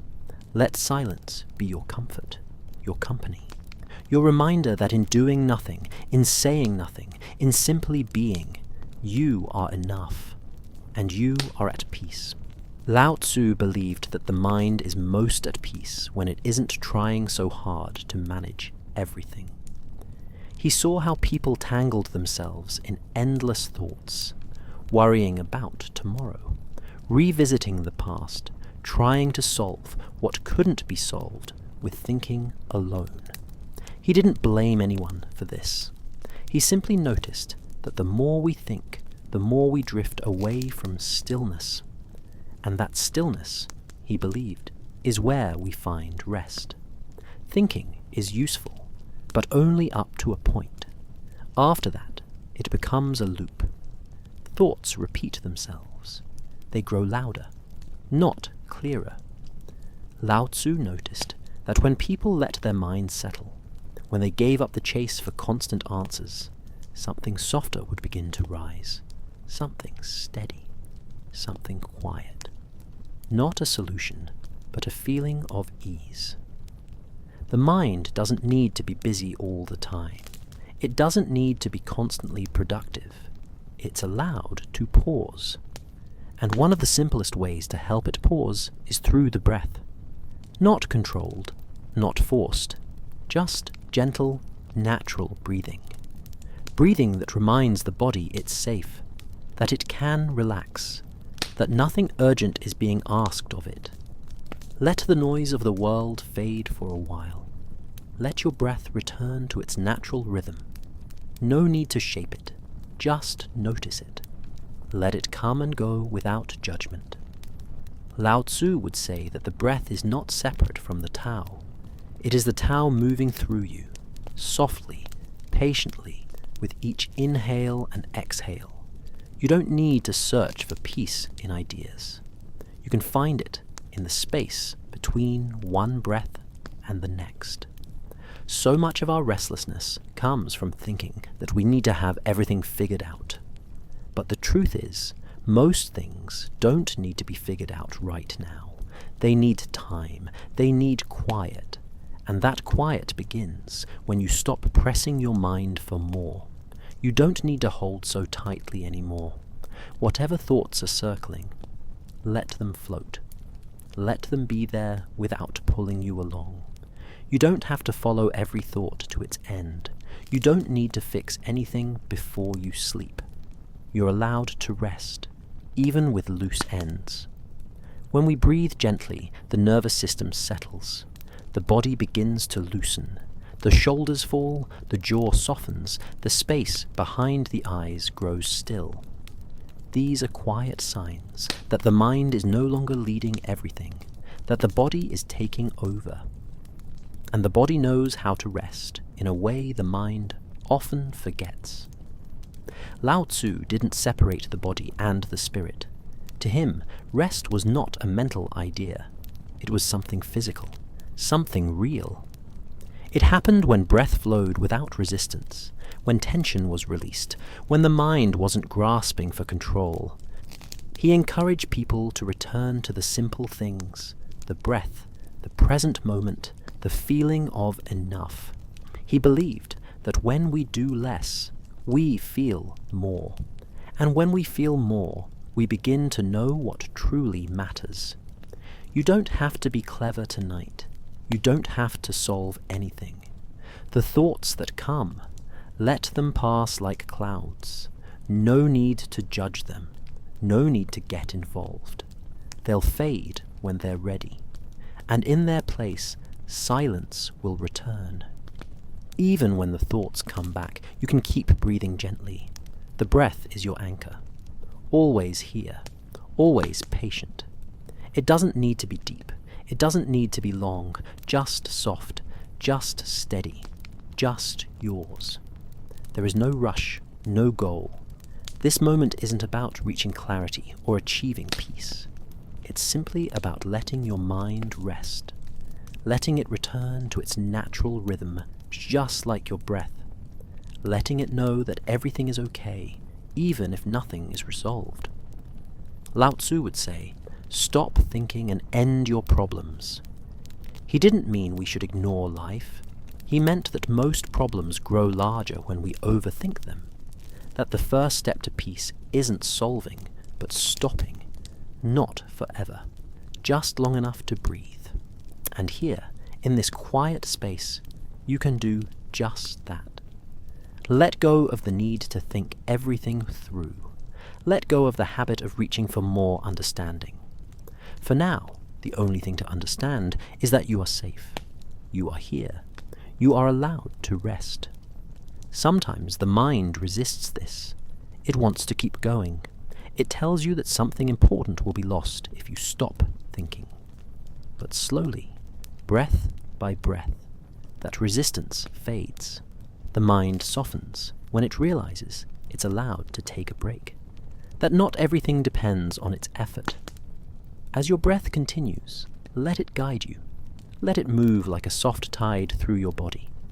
With every inhale, feel space open. With every exhale, feel weight leave. You don't have to force anything. Just follow what's already happening. Rest doesn't require silence in the mind. It just asks for space. Space between thoughts. Space for stillness to rise. And that space grows with every gentle breath, with every choice not to chase the next thought, with every moment of simply being. Lao Tzu believed that what is soft is powerful, that what is quiet is wise. And he would remind you now that you are not separate from this wisdom. It lives in you, in your breath, in your stillness, in your choice to rest, even when the world tells you to keep going. So let yourself rest now. Let your breath take the lead. Let your thoughts slow down, not by effort, but by allowance. You are not here to think your way to peace. You are here to let peace arrive on its own, gently, like your breath, without force. And as the thoughts continue to soften, as your body grows heavier and your mind quieter, you may begin to feel it, that calm presence beneath the thinking. That place Lao Tzu trusted so deeply, the place where rest begins, the place where the Tao lives, moving through you, without words, without noise, just breath, just being, just peace. Lao Tzu never tried to define the Tao in concrete terms. In fact, he began his most well-known teaching by saying, "The Tao that can be spoken is not the eternal Tao." He understood something many overlook, that the way is not an idea to be grasped with the mind. It isn't a theory to be understood or a belief to be memorized. It is a way of living, a quiet presence, something that is felt, not described. He saw how people often try to capture truth with words. They create labels, philosophies, and explanations in an effort to understand what cannot be pinned down. But the more tightly you try to hold the Tao as an idea, the further it seems to drift. Like trying to hold water in your hands. The tighter the grip, the faster it slips through. The way is not something distant. It's not hidden in books or reserved for the wise. It's already here, in your breath, in your body, in the gentle rhythm of night, turning into morning. The Tao isn't something you find with thought. It's something you feel when you stop searching, when you stop trying to define and start listening. You don't need to hold so tightly anymore. You don't need to figure it all out tonight. You can rest in the quiet truth that the way is not something you understand with your mind. It's something you recognize with your heart. This is why Lao Tzu encouraged people to let go of fixed opinions, to step away from rigid thinking. When you believe you already know what the world is, you stop truly seeing it.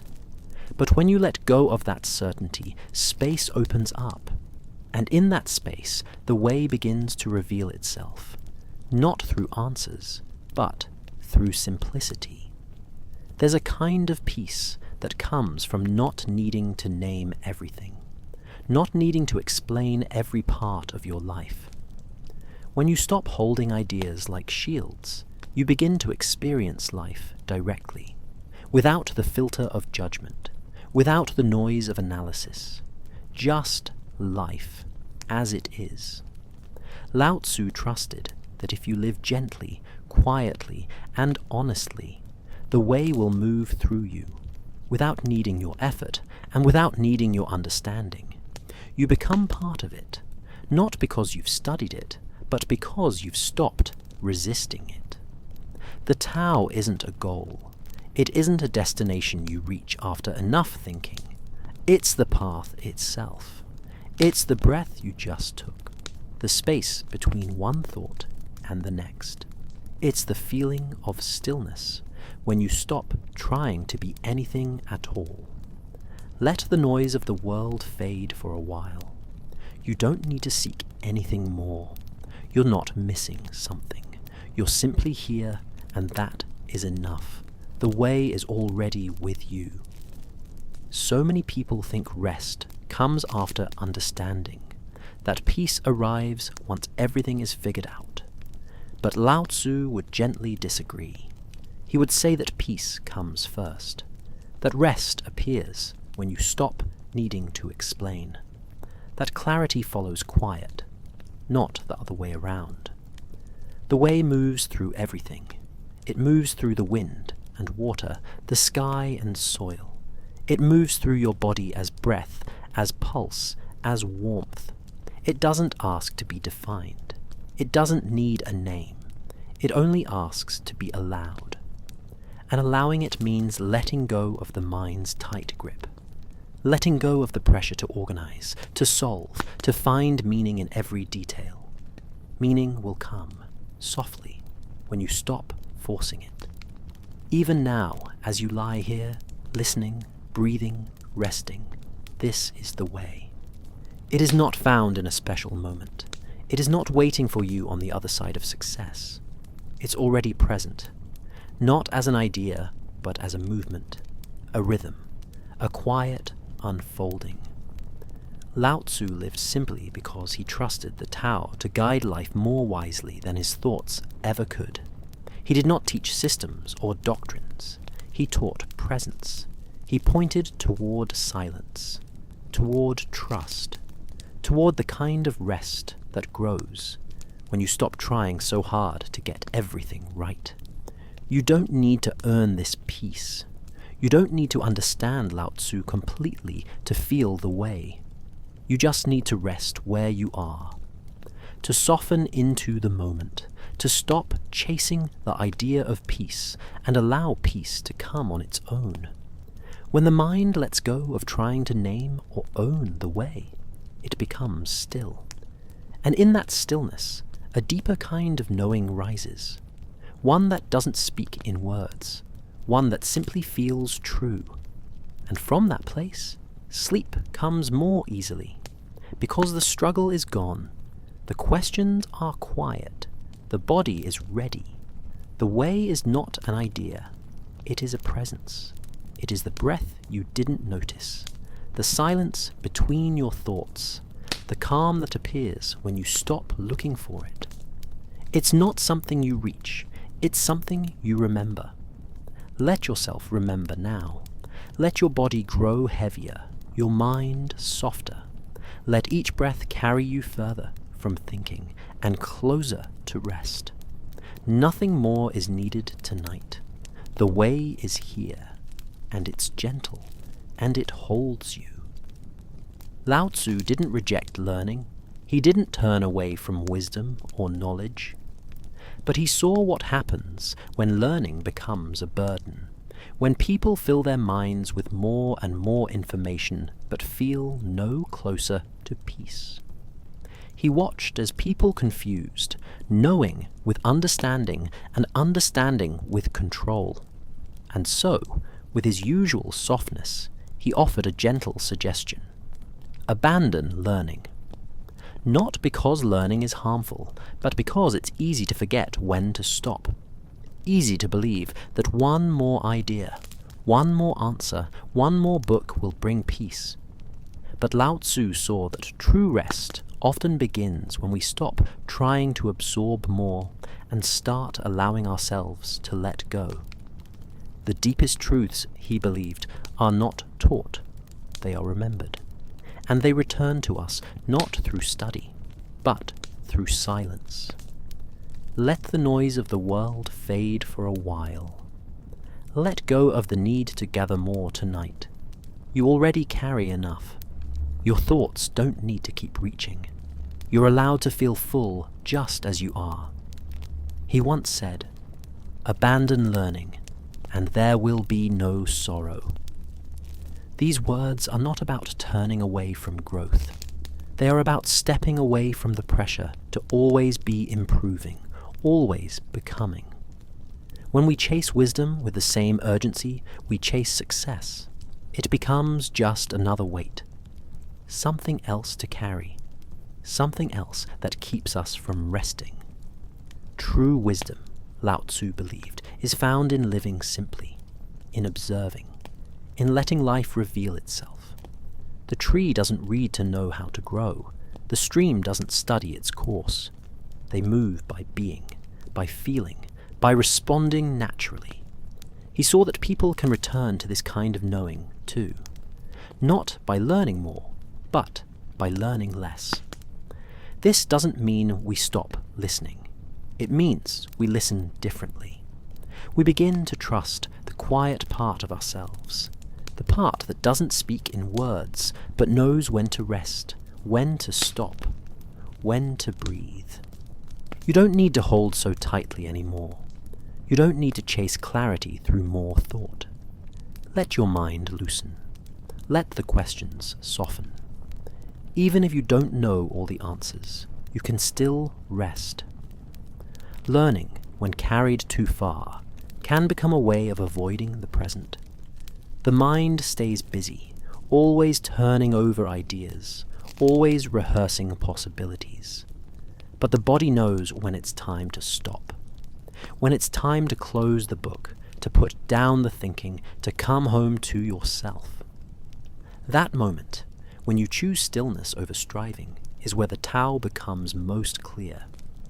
Lao Tzu believed in natural understanding, the kind that arises not from study, but from being, from moving through life with awareness, not with effort. He trusted that if you observe closely, live gently, and rest often, wisdom will come, quietly, without needing to be earned. There is peace in not knowing, not because ignorance is better, but because knowing everything is not required for peace. You don't need to hold every detail. You don't need to remember every lesson.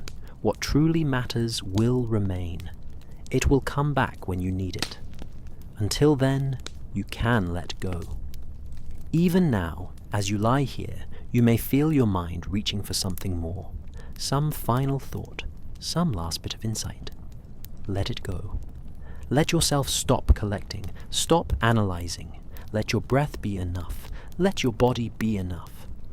Lao Tzu saw that we live most wisely when we stop trying to force understanding, when we allow ourselves to move naturally through the world, moment by moment.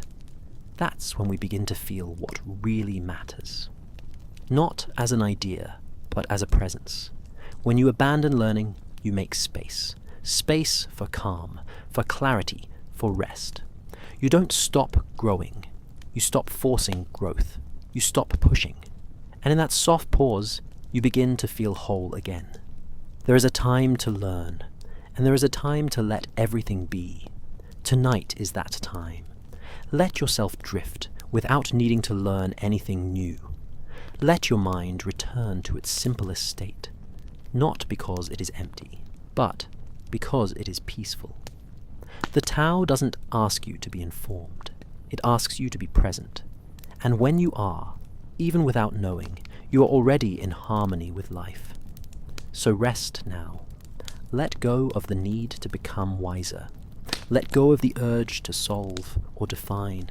You've done enough thinking. You've learned enough for now. What remains is stillness. What remains is you. And in that stillness, you may begin to feel something clearer than any lesson. A quiet knowing that you are already on the way. Lao Tzu understood that life is often full of motion. Not just the movement we see around us, but the constant stirrings within. The shifting moods, the sudden worries, the unexpected frustrations that ripple through the mind and body. He didn't expect the world to be still. He didn't ask the heart to feel nothing. But he noticed something important. That true steadiness doesn't come from avoiding unrest, but from learning to stay calm within it. Calm is the master of unrest, he said. Not because calmness suppresses unrest, but because it doesn't react to it. It watches, it breathes. It lets unrest move through without being pulled into its urgency. Calm doesn't fight the storm.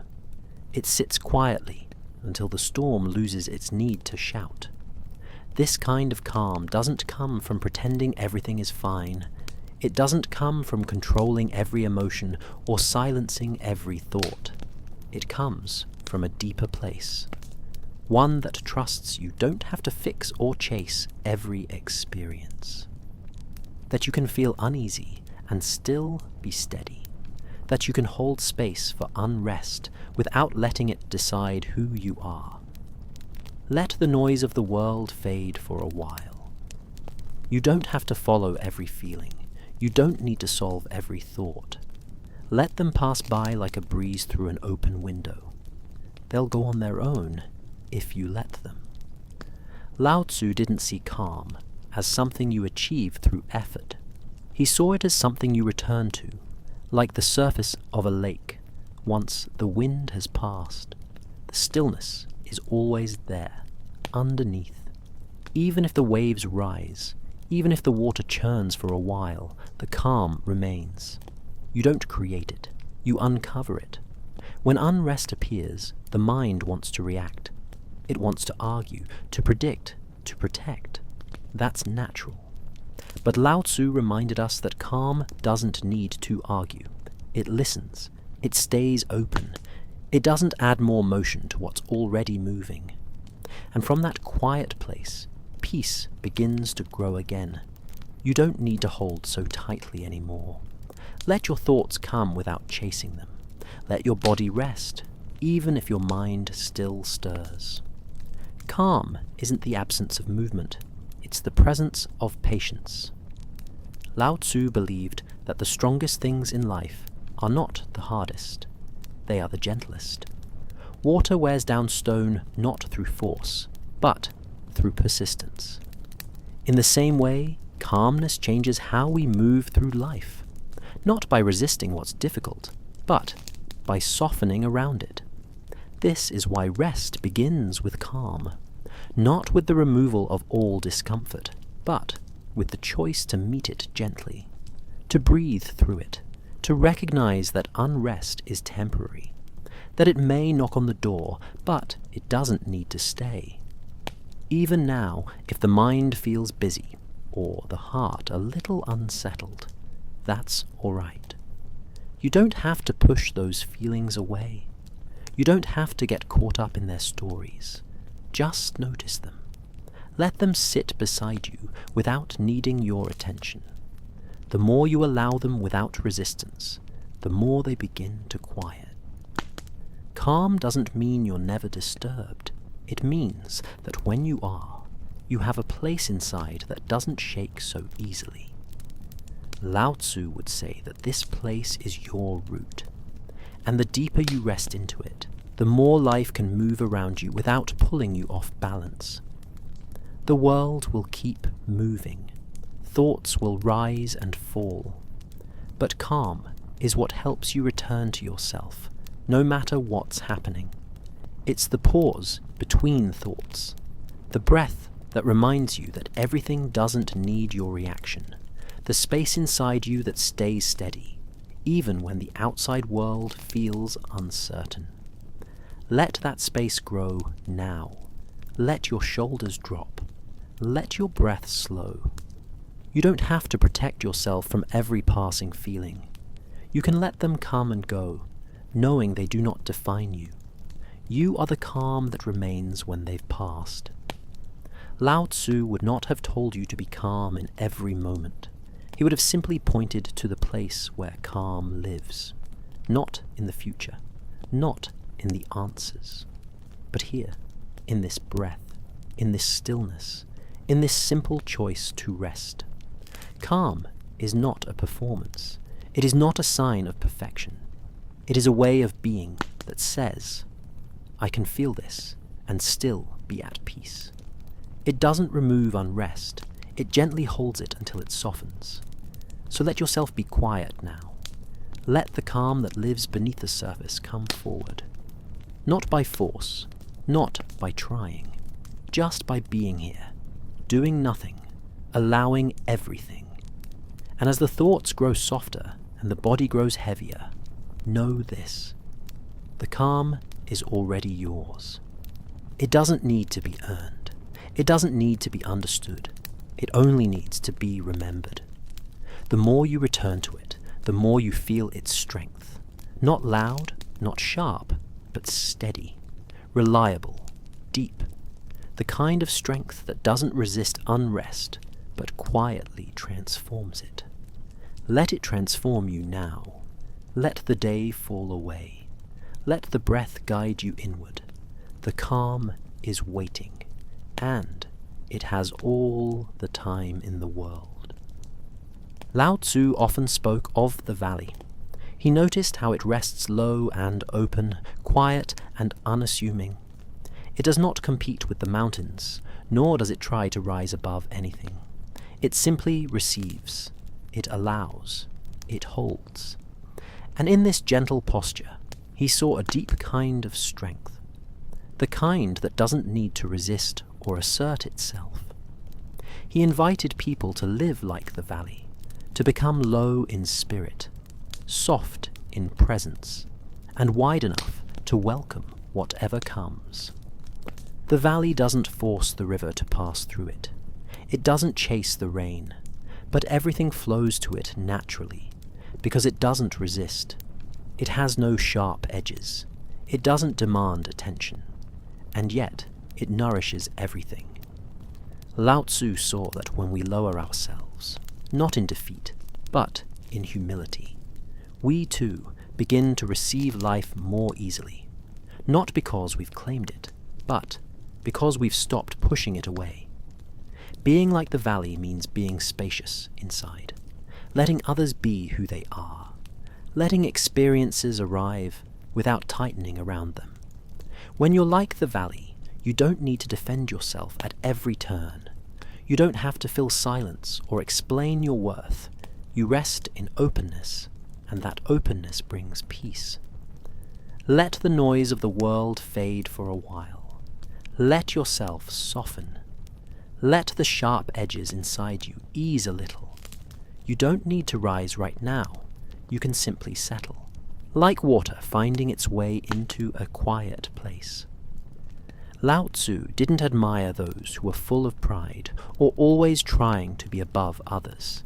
He admired those who lowered themselves, not to be small, but to be steady. The valley doesn't break in the storm. It holds it. It absorbs. It remains. In this way, he believed, true rest is found, not in building up your defenses, but in letting them go. There's no pressure in the valley. It doesn't hurry. It doesn't seek. It allows time to pass gently. When you're like the valley, you become more patient with yourself. You stop needing to fix everything all at once. You give your feelings space to breathe. You welcome rest without guilt. You don't need to hold so tightly anymore. The pressure to be impressive, to always seem strong, that can wait. Here, you can be quiet. You can be low. You can be still. The valley also teaches us about humility. Not the kind that feels like self-denial, but the kind that comes from knowing you don't need to prove anything. You don't need to be above others to feel secure. You don't need to be right all the time. You can step back. You can make space. And in that space, something softer appears. Lao Tzu saw that those who rise too high lose their balance. But those who stay low, who stay grounded, they endure. Like the valley, they are overlooked but never shaken. They remain steady through changes, through difficulty, through uncertainty. Rest becomes easier when you let yourself descend. When you allow the mind to sink, the body to soften, the breath to slow. When you don't push upward with every thought, when you don't reach forward with every worry, the more you return to that low, steady place inside, the more peaceful you become. Even now, as you lie here, your body may already be moving toward that stillness, not through force, but through permission. Let your weight settle into the ground. Let your breath come gently. You are not trying to reach anything tonight. You are just allowing what already is. Lao Tzu believed that when we are like the valley, we return to the natural way. We stop trying to be something we're not. We no longer need to resist what life brings. We simply hold it, gently, without fear. The valley teaches us that we can be soft and strong at the same time, that we don't need to react to everything, that there's power in listening, in allowing, in resting, not because we've given up, but because we've chosen a quieter kind of wisdom. The Tao moves toward what is low, not because it is weak, but because it is receptive. It enters the places that are open, not the ones that are full of effort. Lao Tzu trusted that when we become like the valley, the Tao will come to us, not through striving, but through stillness. Let yourself be that stillness now. Let your heart open without fear. Let your thoughts rise and fall without needing to chase them. There is space for all of it. Nothing needs to be pushed away. Nothing needs to be solved. The more you rest like the valley, the more you begin to feel how much life flows to you naturally. Comfort, clarity, sleep. They don't need to be forced. They come when there is room. They come when you lower your guard and let things be. You don't need to explain anything tonight. You don't need to rise or defend or achieve. You are already enough in your quiet presence. Like the valley, you are here, open, steady, low, and from this place you will be restored. Lao Tzu never asked for greatness. He asked for simplicity, for presence, for the kind of humility that brings ease to the soul. And in being like the valley, he believed, we find not just peace, but something deeper, a sense of belonging, a feeling of being held by life itself. So rest here. Let the valley hold you. Let the effort fall away. Let your breath guide you into that gentle space where nothing needs to happen and everything is allowed. You are not lost. You are not behind. You are simply low, like the valley. And in that low place, peace flows without end. Lao Tzu observed how much effort people put into managing life. Not just the actions of the day, but the thoughts that follow behind, analyzing, correcting, comparing. So much energy spent trying to push things into place. So many moments lost to trying to make everything fit exactly as we hoped it would. He saw that this tension keeps people from resting, not because rest isn't available, but because it's hard to settle, when the mind won't stop reshaping what's already happened. That's why he offered something simple and difficult. Let things be. He wasn't suggesting that we give up or turn away from life. He was pointing to a different kind of wisdom, one that accepts what has already unfolded without needing to correct it, one that watches a feeling rise without trying to change it, one that looks at the moment and says, "This is enough." There's a quiet power in that, in not chasing, in not resisting, in not asking the present to be anything other than what it already is. Lao Tzu believed that when you stop pushing against what is, you stop exhausting yourself. You begin to see clearly, and you begin to breathe again. Let the noise of the world fade for a while.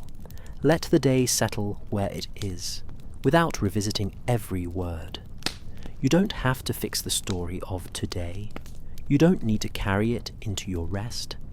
Letting things be doesn't mean you like everything. It means you allow things to exist without tying yourself to them. A thought can appear without you following it. A feeling can rise without needing to be solved. Lao Tzu would say that in this allowance, you become aligned with the Tao, because the Tao doesn't argue with what is. It simply flows. When you let things be, you give them space to move. You give yourself space to rest. You stop holding so tightly to the idea that every moment must feel good, every outcome must be clear. You start to trust that even confusion passes, that even discomfort softens, and in that space, the mind grows quieter. You don't need to hold so tightly anymore. Whatever happened today, it's done. Whatever is waiting tomorrow, it can wait a little longer. This moment doesn't need anything from you. Lao Tzu saw that the need to interfere is often a reaction to fear. Fear that if we stop adjusting, something will go wrong. But he also saw that the more we intervene, the more tangled things can become. Sometimes, the most helpful thing we can do is step back. Let life breathe. Let the process unfold without interruption. The wind doesn't need guidance to find its way through the trees. The river doesn't need instructions to reach the sea. They follow the shape of the world around them. They let things be, and so they keep moving.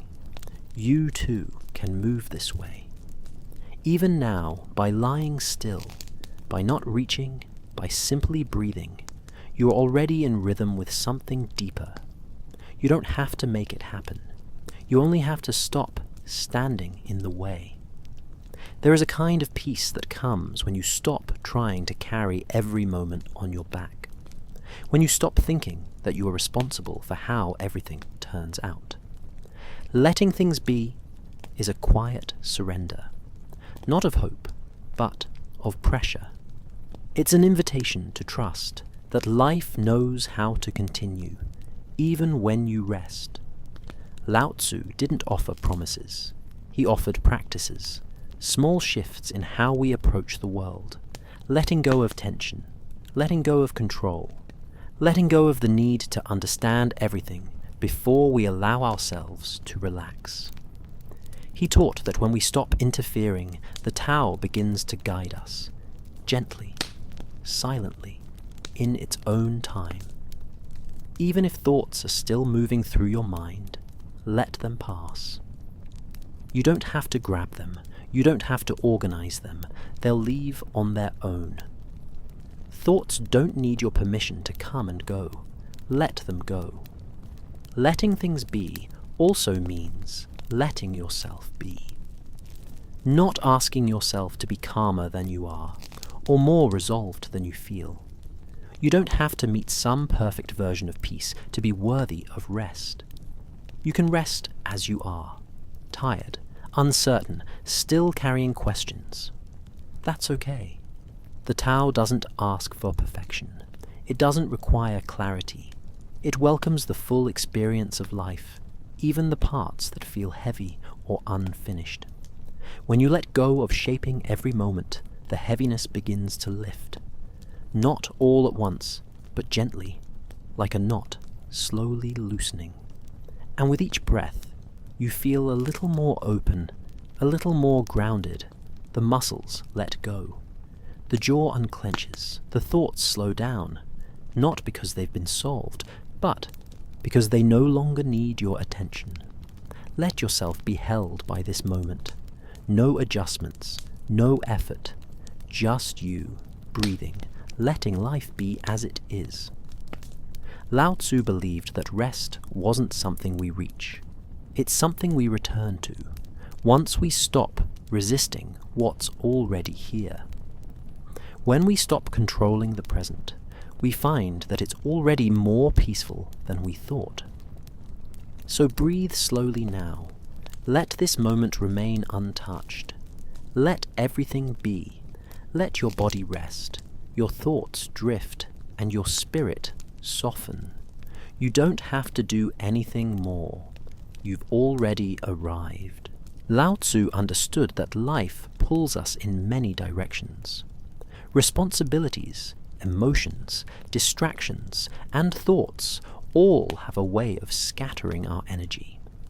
The more we stretch ourselves toward everything outside of us, the more we feel tired, not just in the body, but deep within. That's why he spoke often about the importance of staying centered, not in a rigid or controlled way, but in a gentle, grounded way that brings you back to yourself. To stay centered is to return to the middle of your being, the place where you're not reaching forward or pulling back, not trying to chase the future or rewrite the past. It's a space that doesn't depend on what's happening around you. Lao Tzu knew that the world can change in an instant. Circumstances rise and fall. Moods shift, but the center remains.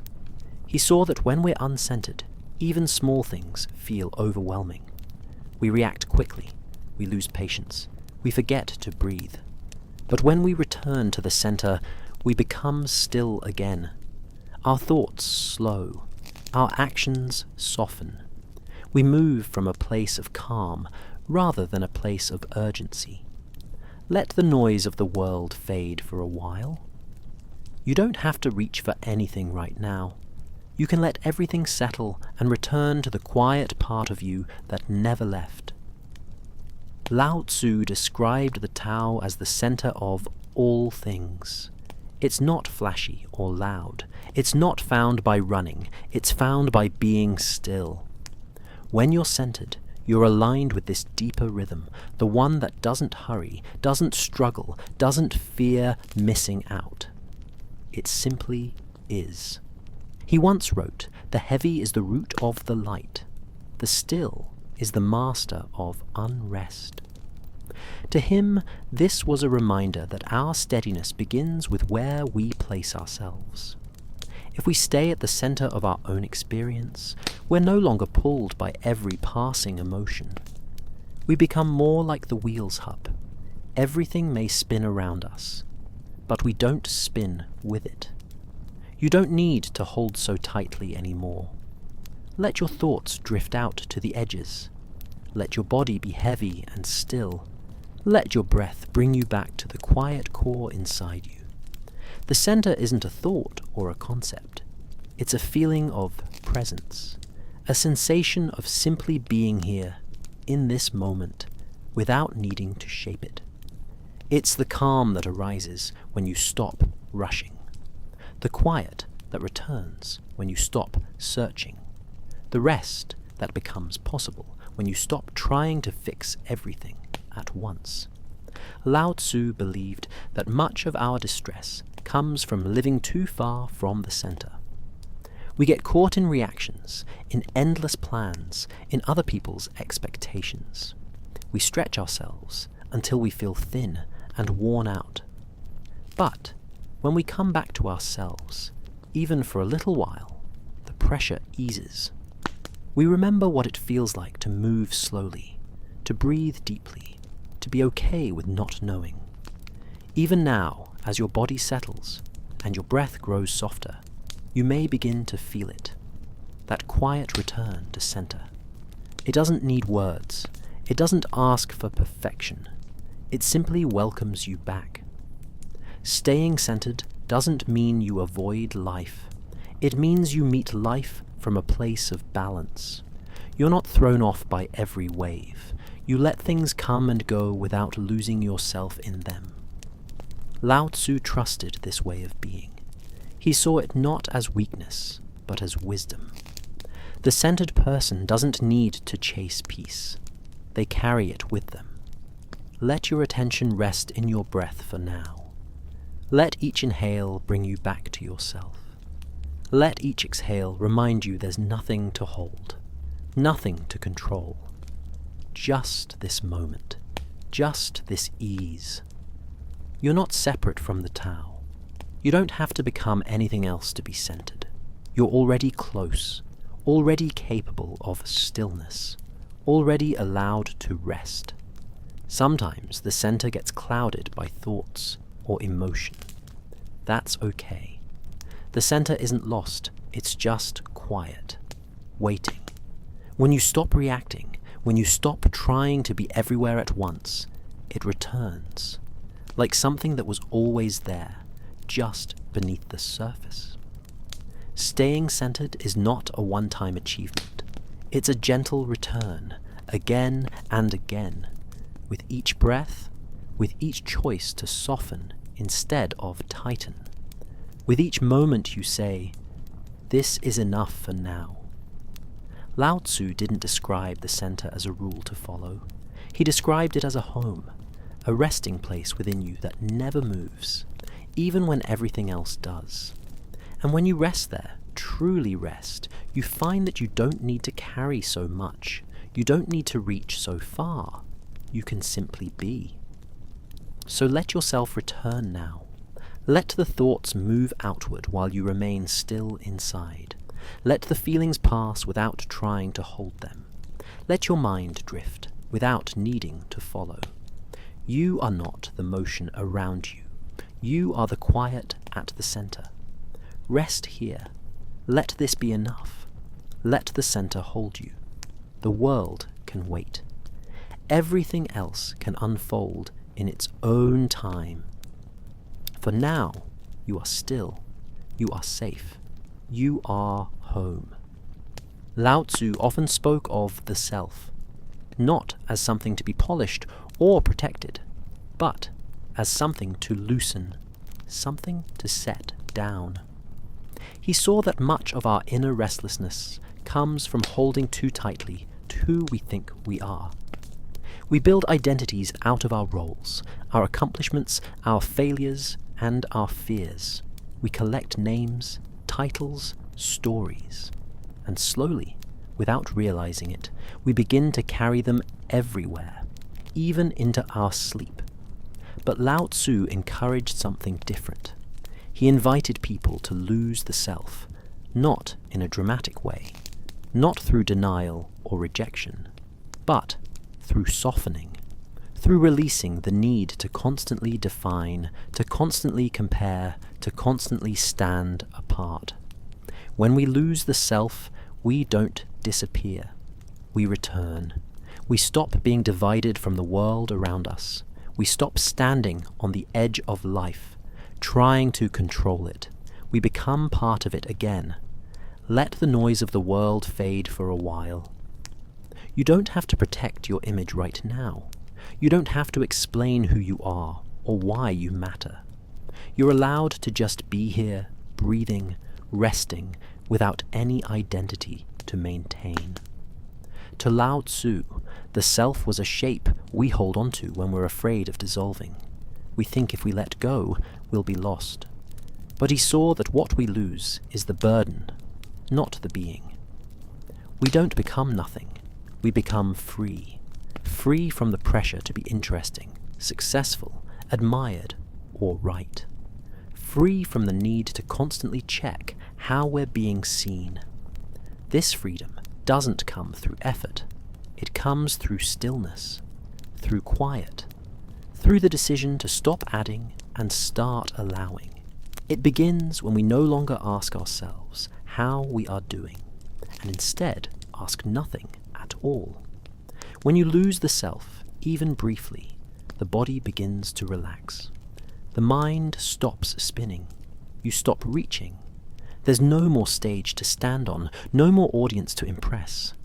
There is just this breath, this warmth, this quiet moment that asks nothing of you. Lao Tzu would say, give up yourself, and you will find your true nature. This isn't a puzzle, it's a letting go. Like exhaling without needing to inhale right away. Like dropping a bag you didn't realize you were carrying. You don't need to hold so tightly anymore. The thoughts that try to define you, let them pass. The stories that whisper who you're supposed to be, let them fall away for now. You are not your reputation. You are not your past. You are not your mistakes or your victories. You are what remains when all of that is set down. And what remains is something simple, something soft. It doesn't need a name. It doesn't ask to be special. It's the part of you that existed before you had words for it. The part that watches, listens, breathes, and rests. When the self grows quiet, life begins to move through you instead of around you. The tension eases. You no longer feel separated from the world. You no longer feel the need to be different from what is. You begin to rest not just in your body, but in your place within everything. This is not escape. It is return. It's remembering that you don't have to try so hard, that you don't need to carry a polished version of yourself into sleep. The night doesn't care what you've done today. The Tao doesn't measure your value. It simply holds you. Even now, if part of your mind is still clinging to the self, still remembering, still calculating, that's okay. You don't need to force anything. Just notice. Just allow it to be there without feeding it. With time, the pull of identity softens, and in that softening, rest becomes easier. Let yourself be no one for a while. No titles, no tasks, no comparisons. Just breathe, just presence, just being. Lao Tzu trusted that the deepest peace comes not from knowing who you are, but from no longer needing to ask. When you lose the self, you begin to live more honestly, not performing, not pleasing, not editing your presence to fit what others might expect. You rest because there is nothing to perform, nothing to prove, nothing to become. You've already arrived at the place where peace lives, quietly, patiently, without a name. The self you've built today, the one that made choices, had conversations, held opinions, can rest now. You can set it down gently, like clothes at the end of the day. What's left is not a blank space. It's not emptiness, it's stillness. It's clarity. It's the quiet rhythm of the Tao moving through your breath. You are already part of something larger. You always were. Losing the self doesn't take anything away. It simply reminds you that you don't have to carry your identity into every moment, especially not this one. So rest now. Let the self grow quiet. Let the mind grow soft. Let sleep arrive, not because you've earned it, but because you've stopped needing to be anyone. There is no need to name yourself. No need to rehearse anything. No need to hold on. The Tao is here. It doesn't ask you to be strong. It doesn't ask you to be wise. It only asks you to be still. And in that stillness, you are already whole. Being simply yourself does not mean shrinking or becoming less. It means no longer carrying the extra weight of trying to be more than you are. It means releasing the pressure to be different, more impressive, more admired, more prepared. In Lao Tzu's eyes, the purest state of being is naturalness, a return to what is unforced, unpolished, and true. Not in a grand or dramatic way, but in the quiet comfort of being as you are, without needing to add anything. He often described this as returning to the uncarved block. Not dull or incomplete, but whole, untouched by the expectations of the world. When we try to shape ourselves too much, to cut away, to decorate, to carve, we start losing touch with the simplicity that allows rest. When we are just ourselves, without role or performance, we stop resisting life. We move with it. Most people spend their energy trying to become something. But what if nothing needs to be added? What if all the striving only pulls you away from your natural calm? In moments of stillness, the mind may try to bring up tasks, comparisons, doubts. But beneath that is something steady, something quiet and sure. That is you. The part that doesn't need fixing or improving. The part that is already okay. You don't need to hold so tightly anymore. The idea of who you should be has done enough for today. Let it rest now. Let it soften. What's left is not emptiness, but ease. Lao Tzu didn't celebrate ambition. He didn't teach people how to rise above others or reach for power. He guided them back down to the ground, to humility, to the gentle wisdom of being true. He trusted that the more we stop pretending, the more peace we'll find. Pretending is heavy. Simplicity is light. Simplicity also doesn't mean ignoring your feelings or needs. It means allowing them to move through you without clinging.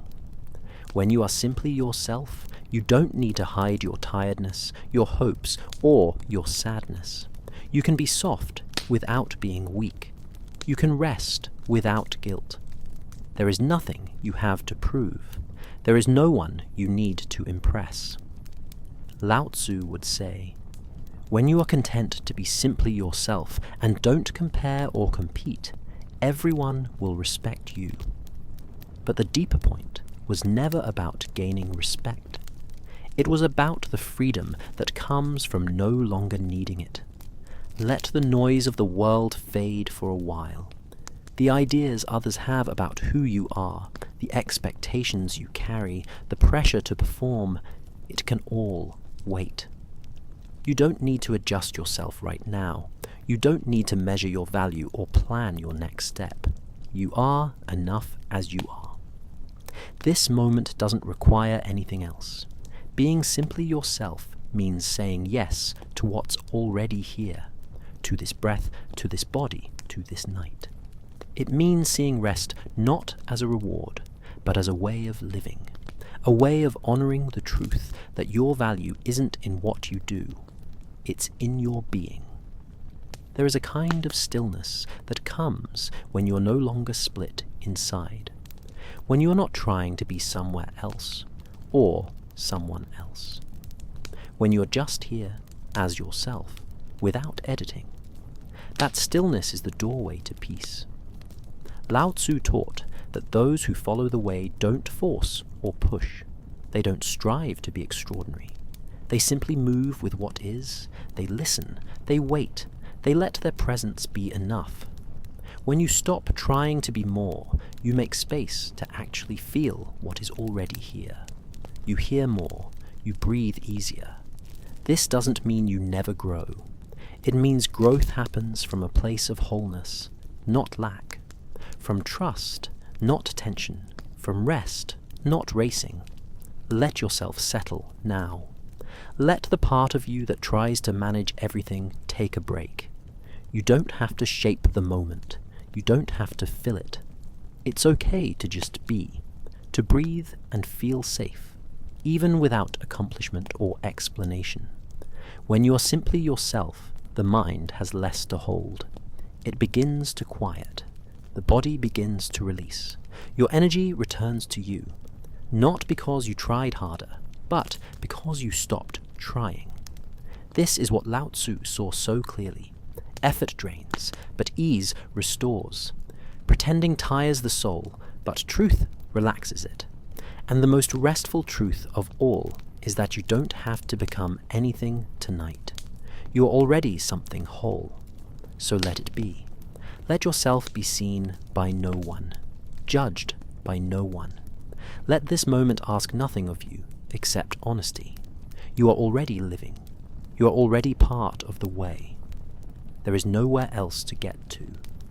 The Tao flows best through the ones who stop chasing, through the ones who return to themselves, not as a task, but as a relief.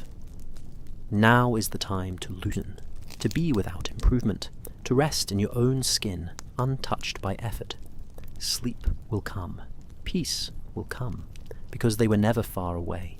They arrive when you do, when you return to what you've always been, just yourself, simply, gently, enough. Lao Tzu reminded us that every journey, no matter how vast or distant, begins not in the sky, not in our imagination, and not somewhere far away, but right beneath our feet. He saw that what most people overlook in their search for peace or direction is the simple ground they already stand on. It's natural to look ahead, to plan, to wish for change. But peace doesn't begin somewhere else.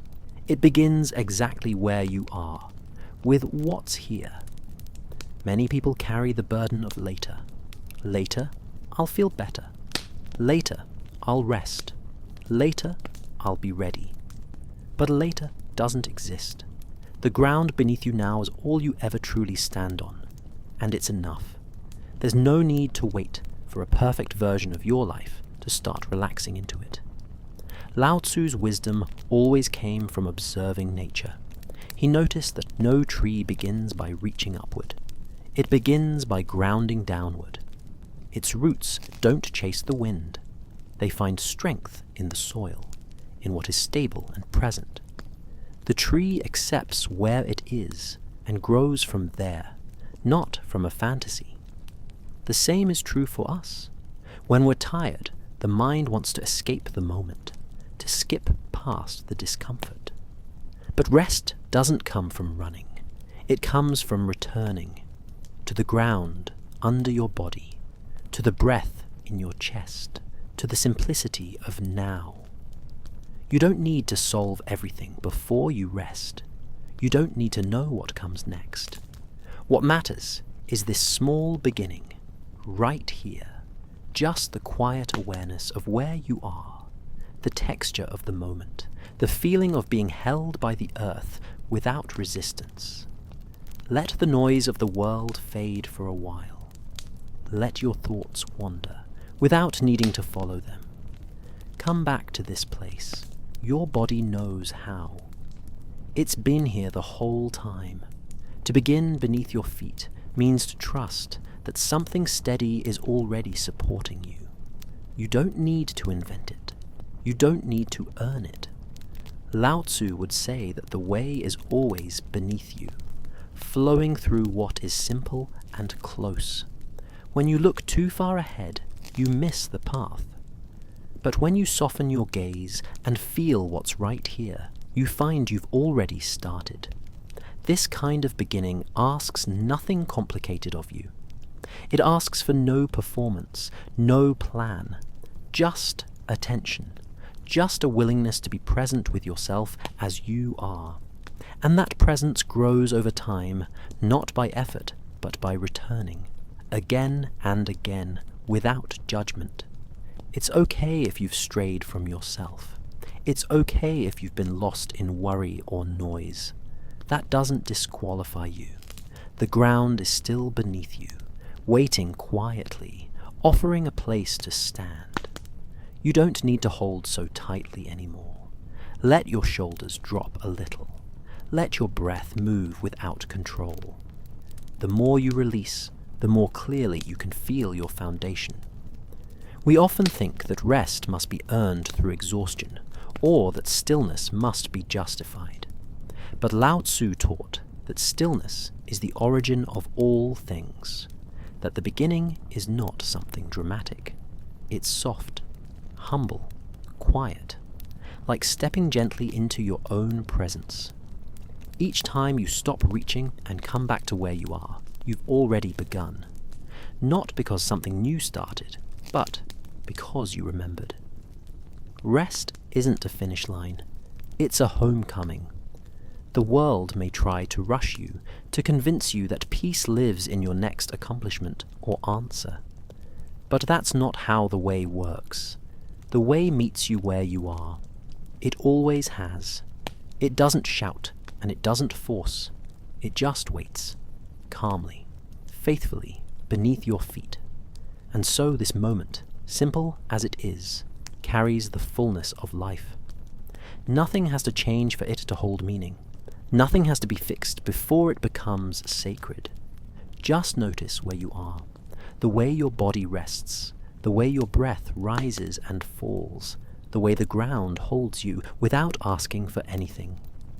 This is how you begin again. Not by chasing, not by striving, but by allowing yourself to return to the place you never really left. In the teachings of the Tao, progress is not movement forward. It is settling deeper. It is becoming more in tune with what's already true. And that truth is here, now, not later, not somewhere else. So let the rush go. Let the future soften. Let your awareness fall gently back to the beginning, the real beginning, beneath your feet. There is nothing more you need to do. You're already resting. You're already in the way. Let the rest of the night take care of itself. You're here. That's enough. Water doesn't resist. It doesn't shout or force. It doesn't push itself ahead. It flows. Around rocks, through cracks, beneath doors. It finds the lowest places without complaint. And in this quiet way, it shapes even the hardest stone. This was one of Lao Tzu's most enduring lessons. Be like water. In softness, there is great strength. He saw that water embodies the very spirit of the Tao, not through struggle, but through ease. It moves where it's welcome. It offers no resistance to change, to terrain, to temperature. When it rains, it falls. When it's held, it settles. When it's blocked, it gathers calmly until it can pass. It adapts without losing itself. Rest, for many people, feels like a pause from effort. But Lao Tzu offered a different kind of stillness, not as stopping, but as flowing with life, instead of against it. Like water, rest is most powerful when it's natural. Not planned, not earned, but allowed. Water doesn't have to know where it's going.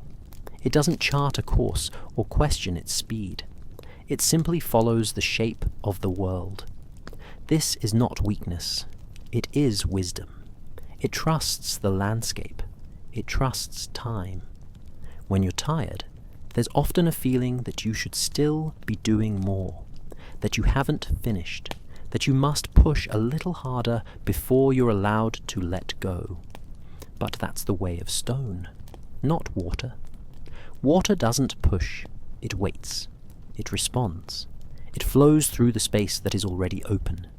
You don't need to hold so tightly anymore. Let yourself move like water. Gentle, unhurried, unafraid to slow down. Lao Tzu observed that water always chooses the lowest places. Not out of defeat, but out of harmony. It goes where others might not want to go. Into the valleys, into the silence, into the humble spaces. And that is where it finds peace. To rest like water is a trust that you don't need to rise to every challenge. You don't need to fix or control everything in your path. Sometimes flowing around an obstacle is wiser than trying to break through it. Sometimes stepping back is what truly moves you forward. Water nourishes all things without striving. It doesn't announce itself or demand recognition.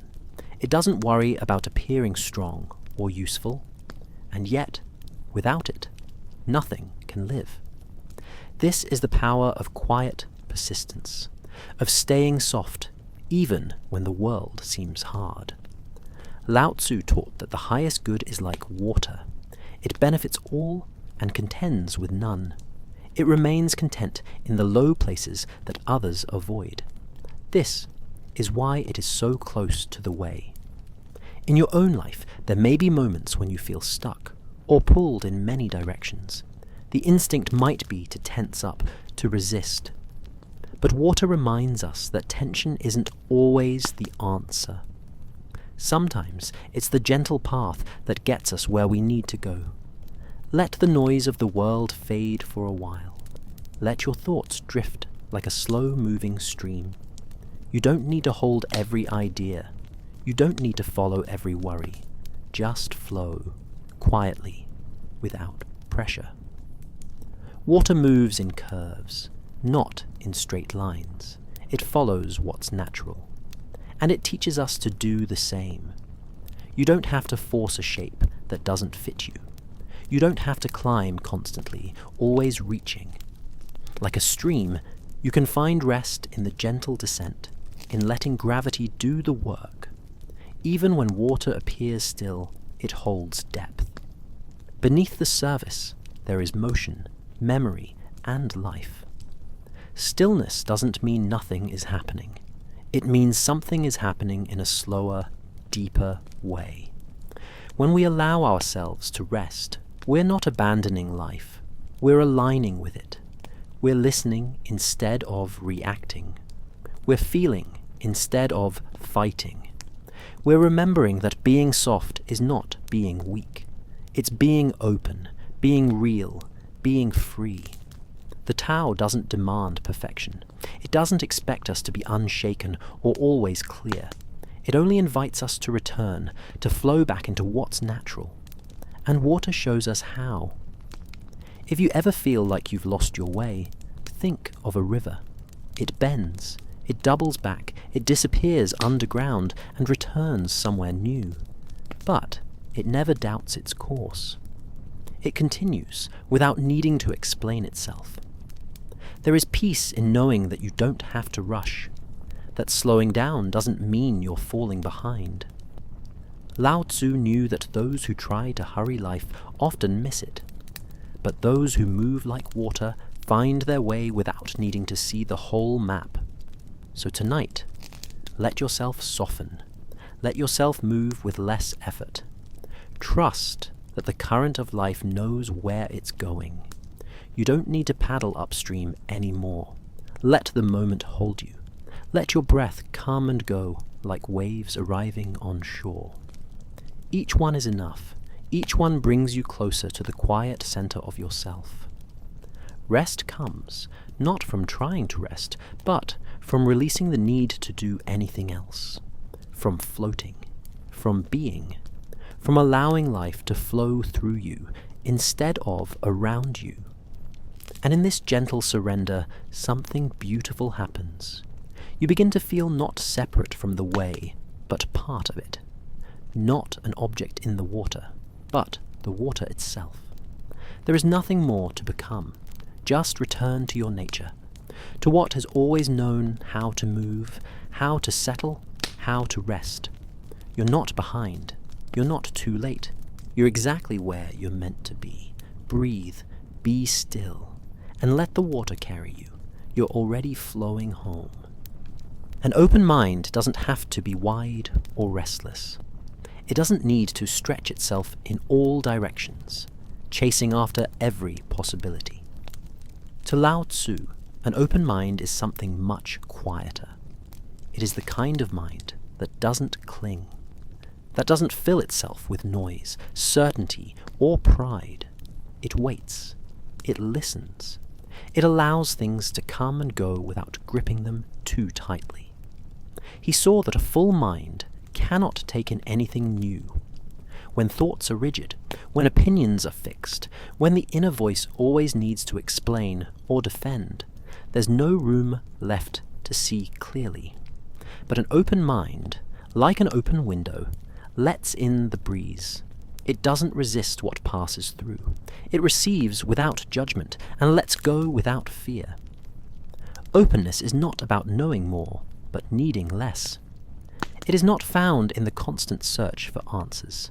It lives in the willingness to be with the unknown, in the ability to say, I don't know, without feeling small. This Lao Tzu taught, is the beginning of wisdom. The mind becomes tight when it tries too hard to grasp everything. When it wants to control, define, explain, it hardens. But the more it hardens, the more it breaks under pressure. An open mind, on the other hand, bends like the bamboo. It doesn't snap. It moves with the wind of life instead of bracing against it. In your own thoughts, you may notice how often the mind loops, trying to solve what can't be solved right now, trying to protect you by preparing for everything that might go wrong. But in doing so, it forgets how to rest. It forgets how to simply be. You don't need to figure everything out tonight. Let your thoughts loosen their grip. Let them drift a little. There's no need to hold them still. Lao Tzu reminded us that the Tao, the way, cannot be understood through force. It cannot be seized by thought. It reveals itself through stillness, through space. And a mind that is already full cannot see what is right in front of it. To rest is not only to lie down. It is to stop feeding the mind more than it can hold, to stop turning ideas into burdens. Rest comes when we trust that life will unfold with, or without, our constant intervention. It comes when we make space. This is the heart of an open mind, not passive, not vacant, but clear, receptive, willing to observe instead of immediately react. Sometimes people try to be open by entertaining every thought, by flooding themselves with information. But this isn't freedom, it's noise. True openness is gentle. It's not scattered. It's calm. It's not a storm of ideas. It's the sky that holds them. When the mind is open, there is no urgency to decide, no rush to label, no panic to get it right. There's just presence. And in presence, rest becomes possible. In presence, peace returns. Lao Tzu often spoke of the usefulness of emptiness. He said it is the empty space within the vessel that gives it purpose, the empty doorway that lets you walk through, the still silence between notes that makes music. The open mind is like that. Its value lies not in what it holds, but in the space it offers. Sometimes the best thing you can do for yourself is not to think harder, but to soften, to let your thoughts untangle without needing answers, to sit with questions like old friends instead of enemies to be conquered. Let the noise of the world fade for a while. You don't need to respond to every thought that visits you. Just notice and let it go. There is strength in not rushing to explain. There is wisdom in not always having an opinion. When the mind opens without attachment, it begins to reflect the way itself, formless, flowing, open to all things. It's easy to believe that thinking more will solve more, that the mind must always be busy to be useful. But Lao Tzu offers a different path, a quieter one. He reminds us that the mind is most powerful when it is still, most creative when it is calm, most alive when it is not afraid of being empty. And in that space, something soft begins to grow. Patience, clarity, peace.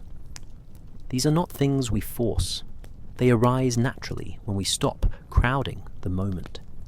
If you ever find yourself tangled in thoughts that don't serve you, remember, you are not those thoughts. You are the space they move through. You are the openness beneath them, the gentle awareness that doesn't need to fix, only to observe. The world will still be there in the morning. The questions will wait. But your peace is here now, in this breath, in this stillness, in this gentle release. Lao Tzu did not try to explain the Tao in strict definitions. He knew that the moment we try to trap it in words, it slips away. That's why the open mind is so important. Not for figuring things out, but for allowing truth to reveal itself quietly, without pressure. So breathe, not to control, but to soften. Let the air move in and out like a tide. Let your mind rest like a clear lake after a storm. You don't need to do more. You don't need to know more.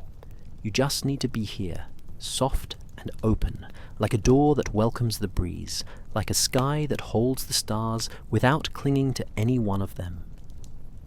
Rest in this openness. Rest in the peace that asks nothing of you. Everything is okay now. You are safe to let go. To know that you have enough is one of the rarest and most peaceful realizations a person can have. It doesn't arrive with fanfare or dramatic change. It settles in quietly, like mist on a still morning. And when it does, the constant tug of wanting, comparing, and reaching begins to loosen. Lao Tzu saw this clearly. He taught that true wealth lies not in accumulation, but in contentment. Not in chasing more, but in recognizing what is already here. The mind is often trained to look for what's missing. It seeks improvement, growth, progress. And in the right moments, that can be good. But if it never stops, it becomes exhausting. The search becomes endless. The present moment always feels incomplete. Something always seems out of reach. But there's a different way of seeing, a quieter one, a way of looking around with softer eyes and realizing this is already enough. This breath, this body, this space to rest. When the mind stops measuring, it begins to notice. And in that noticing, something begins to settle. Lao Tzu once wrote, "He who knows that enough is enough will always have enough." It's simple, almost too simple to believe. But in that simplicity is deep peace. Not because everything is perfect, but because everything is allowed to be just as it is. Sometimes the wanting isn't about things at all. It's about wanting to be more impressive, more prepared, more in control. And that constant inner pressure is heavy. It presses on the chest. It steals rest from the body. But if you pause, just pause, and see yourself without the need to be more, you might feel something else. Relief, softness, a quiet truth. You're already enough, just like this. You don't need to hold so tightly anymore. The life you have, with all its imperfections and simplicity, is still life. It's still unfolding. And if you let go of the pressure to chase, you may notice something else. How good it feels to just be here. There is a kind of spaciousness that grows when we stop needing so much. Not just material things, but approval, explanations, control. When we let go of some of that, we return to something closer to the ground, something steadier. We return to what is quietly supporting us. Lao Tzu never told people to renounce everything. He didn't demand suffering or dramatic gestures. He simply invited a change in perspective. To see that the hunger for more often blinds us to the enoughness of now.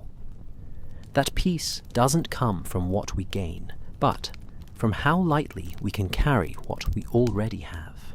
Even now, in this moment, look around, internally too. There may be worries, there may be noise. But beneath that, there is breath, there is shelter, there is the quiet rhythm of being alive. That is already something immense, something steady and full. The more we fill our lives with things, the harder it becomes to see clearly. Clutter, both physical and mental, distracts us from the beauty that was already present. Sometimes the feeling of not having enough is just a fog that clears when we slow down, when we remember how little we actually need to feel whole. You've already done enough today. You've carried your thoughts and choices through the hours, and now there is nothing more you need to prove. Let the noise of the world fade for a while. Let your mind sink into the softness of sufficiency. There is a kind of joy that comes when nothing more is required, when nothing is missing. It's not a loud kind of joy. It doesn't need a spotlight. It's the joy of sitting still and knowing you are safe. The joy of watching the light shift on a wall and realizing you don't need anything else right now. Gratitude flows naturally from this space, not forced, not scripted, just arising like breath.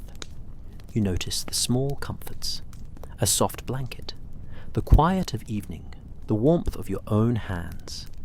These are not small things when they are truly seen. They are the evidence of enough. Lao Tzu did not want people to be passive, but he did want them to be free. And one of the clearest forms of freedom is the release from craving, to want less, to need less, to be full without excess. That is the kind of freedom that can't be taken away. You may have goals, you may have dreams, and those are beautiful. But rest does not require you to wait for them. Rest is not a reward for doing more. It is something you can allow right now, just by knowing you've already arrived somewhere worthy. In the stillness, the truth becomes clear. When you know you have enough, you stop chasing. And when you stop chasing, peace returns. Like a river that no longer floods its banks. Like a breath that no longer rushes. So let yourself drift a little. Let the thoughts slow down. You don't need more in this moment. You only need to let what you already have be enough. Let your chest rise and fall gently. Let your mind soften its edges. Nothing urgent, nothing missing. To rest is not to escape. It is to recognize that you are already safe, already whole. You don't have to reach. You don't have to explain. You can just be. And in that quiet being, a truth settles in deeper than words. This moment, just as it is, contains everything you need. You are already enough. And so is this moment. Let yourself rest in that. Rest is not something new that must be created. It is not a place we must build or a state we must earn. It is, as Lao Tzu suggested, a return. A return to something that has always been here. Underneath the motion, the striving, the noise, there is a quiet, steady presence. And when we let go, we return to it. We come home. The way of the Tao is not forward or upward. It doesn't press for progress or chase newness for its own sake. The way, instead, circles back.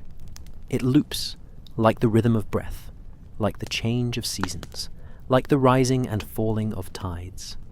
It teaches that the most natural thing is not to break new ground constantly, but to return again and again to the center. Rest in this way is not a reward for having done enough.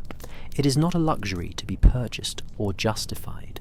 It is a homecoming, a soft return to balance, a falling back into the natural rhythm that supports all living things. Lao Tzu described this return as reverting to the root, and he meant more than just slowing down. He meant remembering. Remembering that the source is quiet, that the origin of everything is not stress or strain, but stillness. That before we were tasks and roles and responsibilities, we were simply part of nature, breathing, being, flowing. To rest, then, is to move in the direction of simplicity, to let go of the layers we've wrapped around ourselves, the roles, the judgments, the pace. Underneath all of it, we find again the part of us that just is, the part that isn't trying so hard. Sometimes the body becomes restless because the mind is lost in tomorrow, in what must be done, in what hasn't yet been handled. But rest cannot be found in the future. It only arrives when we return to this moment, to this breath, to this body lying still. You don't need to solve anything right now. You're allowed to just be. In nature, everything rests in its own way. The tree does not hurry its growth. The river does not worry about where it's going. Even the sun withdraws each night, and the moon rises in its place. There is a rhythm that holds everything, and nothing needs to force its place within it. When a person forgets that rhythm, rest becomes difficult. The mind speeds up. The heart grows heavy. But the moment one remembers, truly remembers, that they are not separate from the rhythm of the world, something begins to ease. The shoulders soften, the thoughts slow, and there is space to breathe again. Lao Tzu reminded us that rest is found not through effort, but through surrender. When the mind loosens its grip, when the heart opens its hands, when the breath becomes slow and deep, we return. We return to the way of things, to the quiet flow that asks for nothing, and yet supports everything. The modern world often teaches us to achieve rest, to maximize it, to schedule it in between tasks. But Lao Tzu's way is different. His rest does not live on a calendar.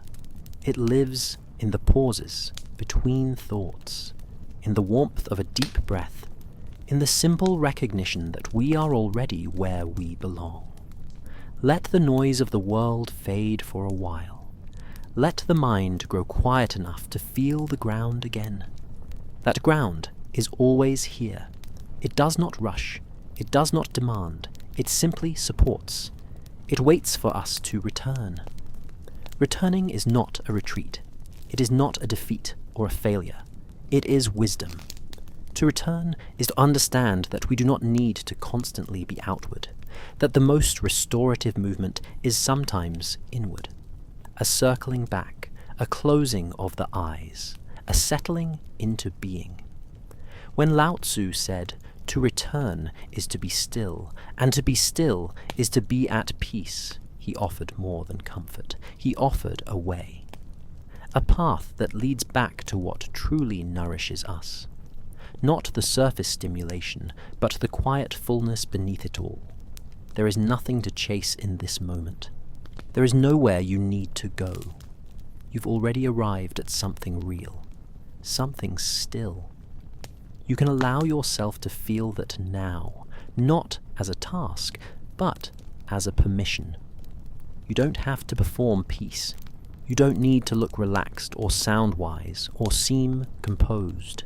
You can simply lie down and let rest return to you. It knows the way. Even in the act of lying still, of breathing gently, of letting go of the day's shape, you are moving with the Tao. You are not separate from it. You are part of the rhythm that has no beginning or end. And by resting, you return to your place in it.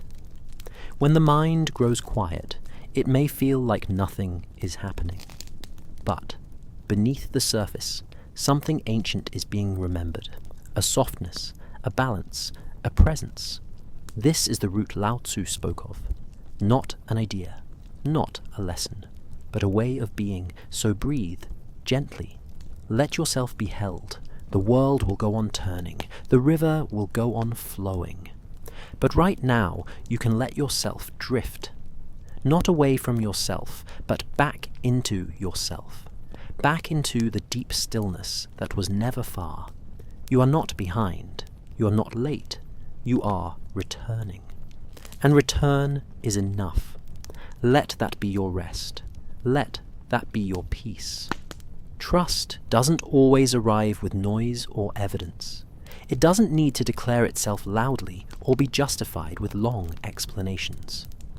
True trust, the kind that lives deep within the spirit, often speaks in quietness. Lao Tzu understood this. He saw that what is still is not empty, and what is silent is not weak. The quiet carries more than most people notice. It holds depth. It holds clarity. It holds truth. In the modern world, trust is often tied to outcomes. People feel they can only rest when things go a certain way, when plans are fulfilled, when there is control. But in the Tao, trust flows differently. It's not based on guarantees. It arises from alignment, a deep, calm feeling that one is in tune with something larger, something timeless, something that doesn't need to be pushed. Quietness is not the absence of sound. It's the absence of struggle. It's a space where there's no need to prove, no need to resist. It's the place where trust can grow without pressure. A soft trust, a gentle letting go of the need to force understanding. Lao Tzu wrote, "The way does nothing, yet nothing is left undone." This kind of trust allows one to rest, not because everything is finished, but because it no longer has to be finished tonight. Quietness teaches that things unfold in their own time. The rain does not rush to fall. The moon does not argue for its place in the sky. Each thing follows its rhythm, and that rhythm can be trusted, even when it's slow, even when it's unclear. In moments of true rest, the mind begins to slow down. It stops chasing after explanations. It stops needing to solve what cannot be solved right now. That stillness makes room for trust. A trust that does not depend on answers. A trust that simply knows without needing to speak. Sometimes people confuse noise with importance. They think that what is loud must be urgent, what is complex must be valuable.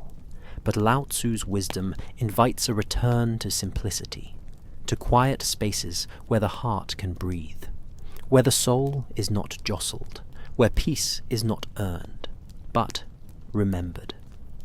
You don't need to hold so tightly anymore. You're allowed to soften here. You're allowed to exhale without knowing exactly what comes next. Trust, in its most restful form, isn't about predicting. It's about releasing. It's a gentle confidence that what is unfolding is enough, even if it doesn't look like what the mind expected. In the stillness, a person begins to feel that they are part of a much wider pattern, one they don't need to manage or control, one that holds them gently, even now.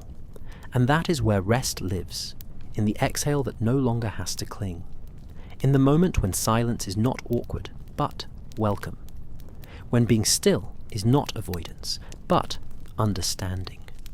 Lao Tzu did not place trust in cleverness or argument. He placed it in presence, in quietness, in the way water finds its path without effort, the way roots hold the earth without noise. He taught that trust built on quietness is not fragile. It is not blind. It is not naive.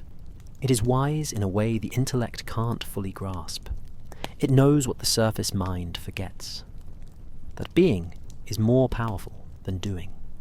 When a person begins to slow down, they notice more. The breath becomes audible. The chest rises and falls. The tension in the hands begins to loosen. And beneath it all, there's something steady. A kind of hum. A living silence. That is where trust takes root, in the experience of now. Not in a perfect tomorrow, not in a finished list, but in the soft or knowing that this moment is whole, even if it is quiet. Let the noise of the world fade for a while. Let the need to make sense of everything dissolve, just for now. It's okay not to know. It's okay not to decide. The silence will hold you. It always has. You are not required to explain yourself, not to anyone, not to yourself. You are allowed to rest without permission. You are allowed to trust without proof. The Tao doesn't need reasons. It flows with or without them. And you are already part of that flow. In deep quiet, a person rediscovers that they are not separate from what supports them, that they belong, not because they've done enough, but because they are part of this great unfolding, this way that moves through all things. Trust doesn't need a map. It needs space. It needs silence. It needs a softened breath and an unclenched hand. The more one listens in stillness, the more one hears, not with the ears, but with something deeper. The quiet within begins to match the quiet without. And suddenly, the body rests. The mind releases. The spirit feels safe again. Lao Tzu's way is not about efforting into belief. It's about surrendering into presence. The trust he spoke of cannot be manufactured. It grows naturally, like a tree bending with the wind, like a river that keeps on flowing, even when no one is watching. Right now, nothing more is needed. The day is done.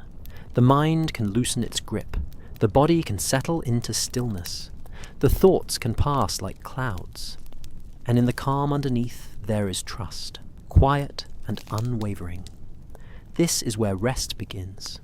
Not in action, but in acceptance. Not in doing, but in being. Not in force, but in flow. Let it be quiet now. Let yourself be held by the stillness. Let trust return to you. It never truly left. The Tao favors balance, not in the way of tight control or rigid symmetry, but in the gentle avoidance of extremes. When something is pushed too far, it begins to turn into its opposite. Lao Tzu saw this clearly. He observed that a life stretched to its limits, whether in desire, effort, ambition, or emotion, becomes brittle, like a bow drawn too tight, like a branch bending past its natural curve. The Tao doesn't demand perfection or constant intensity. It calls for return, for evenness, for the kind of moderation that lets things breathe. Extremes are tiring, not just physically, but deep within. A mind that swings between high urgency and deep despair cannot find stillness. A heart that races from excitement to frustration has no room to rest. And yet, modern life often teaches people to chase the edges. More achievement, more stimulation, more doing. But the further one travels from center, the more difficult it becomes to return to peace. Lao Tzu taught that excess leads to exhaustion, that extremes of thought or feeling, even when they come from a place of sincerity, can cloud the simplicity of truth. He said, "He who stands on tiptoe is not steady." Trying too hard to be upright can be just as destabilizing as falling. In the Tao, steadiness matters more than height. Depth matters more than display. A person doesn't need to abandon joy or strength or energy. The lesson isn't to become flat or empty. It's to return to what is natural, what flows, what nourishes without draining. There is room for effort, but also for pause, room for feeling, but also for quiet. In Taoist thought, extremes tend to fold in on themselves. The bright becomes dim, the loud becomes silent, the full becomes empty. So rather than chase the peaks or avoid the valleys, the wise one walks the middle path, not out of fear, but out of clarity. You don't need to hold so tightly anymore, not to intensity, not to proving anything, not to the exhausting need to always be at your best. Balance is not a finish line. It's a way of being, a softness in how one responds to the world. It's knowing that the most enduring lives are often the gentlest, that peace comes not from constant triumph, but from not needing to triumph all the time. Lao Tzu's way was not one of ambition for its own sake. He warned of striving that loses itself. Pushing too far, wanting too much, these are paths that lead away from rest. The sage, he said, acts without effort, teaches without words. This isn't laziness. It's the understanding that doing more is not always doing better. That real power lies in restraint, in letting things settle on their own. Extremes can take many forms: harsh judgments, overwhelming thoughts, endless comparisons, swinging between guilt and pride, between craving and rejection. But peace does not live at the far ends of these emotions. It lives in the quiet middle, in acceptance, in enoughness, in stillness. The one who avoids extremes learns how to dwell in steadiness. They don't chase every high, nor fear every low. They understand that the Tao is not found in dramatic turns, but in quiet continuities. It is not a storm. It is the steady rhythm of a breeze that never stops. Let the noise of the world fade for a while. Let the extremes soften. Let the breath slow. Each time someone chooses gentleness over tension, they return to their center. Each time they stop just before the edge of anger, of exhaustion, of overstimulation, they build trust in their own presence. They find that they can rest, not because life has paused, but because they no longer need to live in the extremes of it. To live without extremes is not to live without depth. It's to find a kind of wholeness that includes both sides, but doesn't cling to either. A middle ground that feels wide enough to stretch out in, a place where one can breathe again. In this space, things become clearer. The pace slows, the heart opens without force. Lao Tzu encouraged people to become like water, gentle, flexible, yet powerful. Water doesn't grip. It doesn't rush to define, it doesn't force, it adapts, it finds its way through, and it never needs to prove its strength through violence. Its persistence is quiet, and yet it carves mountains. Avoiding extremes means listening inwardly. It means noticing when something is too much, not just in action, but in thought. It means stepping away from the inner demand to always do more, be more, want more. Not because desire is wrong, but because rest is worth protecting. A balanced life welcomes enough, instead of constantly chasing more. It values quiet moments, even when they don't produce anything. It honors the present, instead of leaning so hard into the future that the present becomes invisible. The center is where healing begins, where the mind feels wide instead of tight, where the body softens, where the soul can whisper again. In avoiding extremes, we don't lose our direction. We find a steadier one, not ruled by impulses or extremes of feeling, but by something calmer, something wiser, something that doesn't fluctuate with every passing emotion. And the more time one spends near the center, the more they begin to recognize how much energy extremes consume, how much peace was waiting just outside the storm, how many answers came quietly when they finally stopped pushing. There is nothing to force tonight. There is no urgent peak to climb. There is only the stillness of balance and the gentle return to your own rhythm. That is more than enough.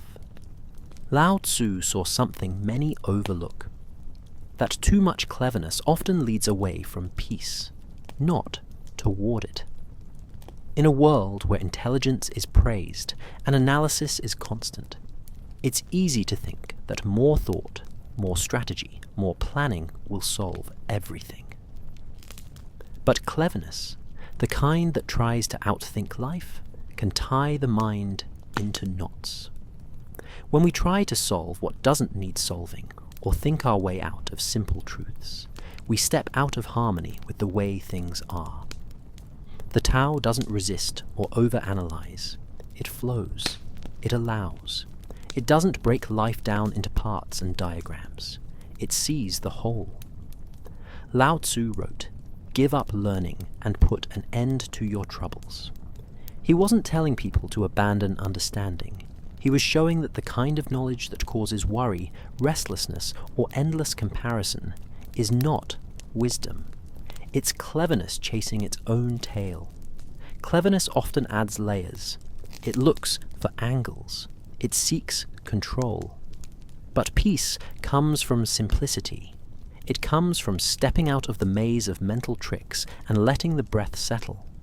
Many problems aren't problems until we think too much about them. Many situations don't need fixing. They need patience, or silence, or a lighter touch. There's a kind of thinking that brings rest. It's the kind that watches gently, notices without clinging, reflects without spinning. But cleverness is different. It makes noise inside. It's quick to assume, eager to label, constantly searching for an edge. And in doing so, it clouds the deeper stillness, the one you can't reach by outsmarting yourself. Lao Tzu saw that wisdom lives beneath cleverness. It doesn't argue. It doesn't need to win. It understands by quieting down, not by speeding up. He said, "The more laws and restrictions there are, the poorer people become.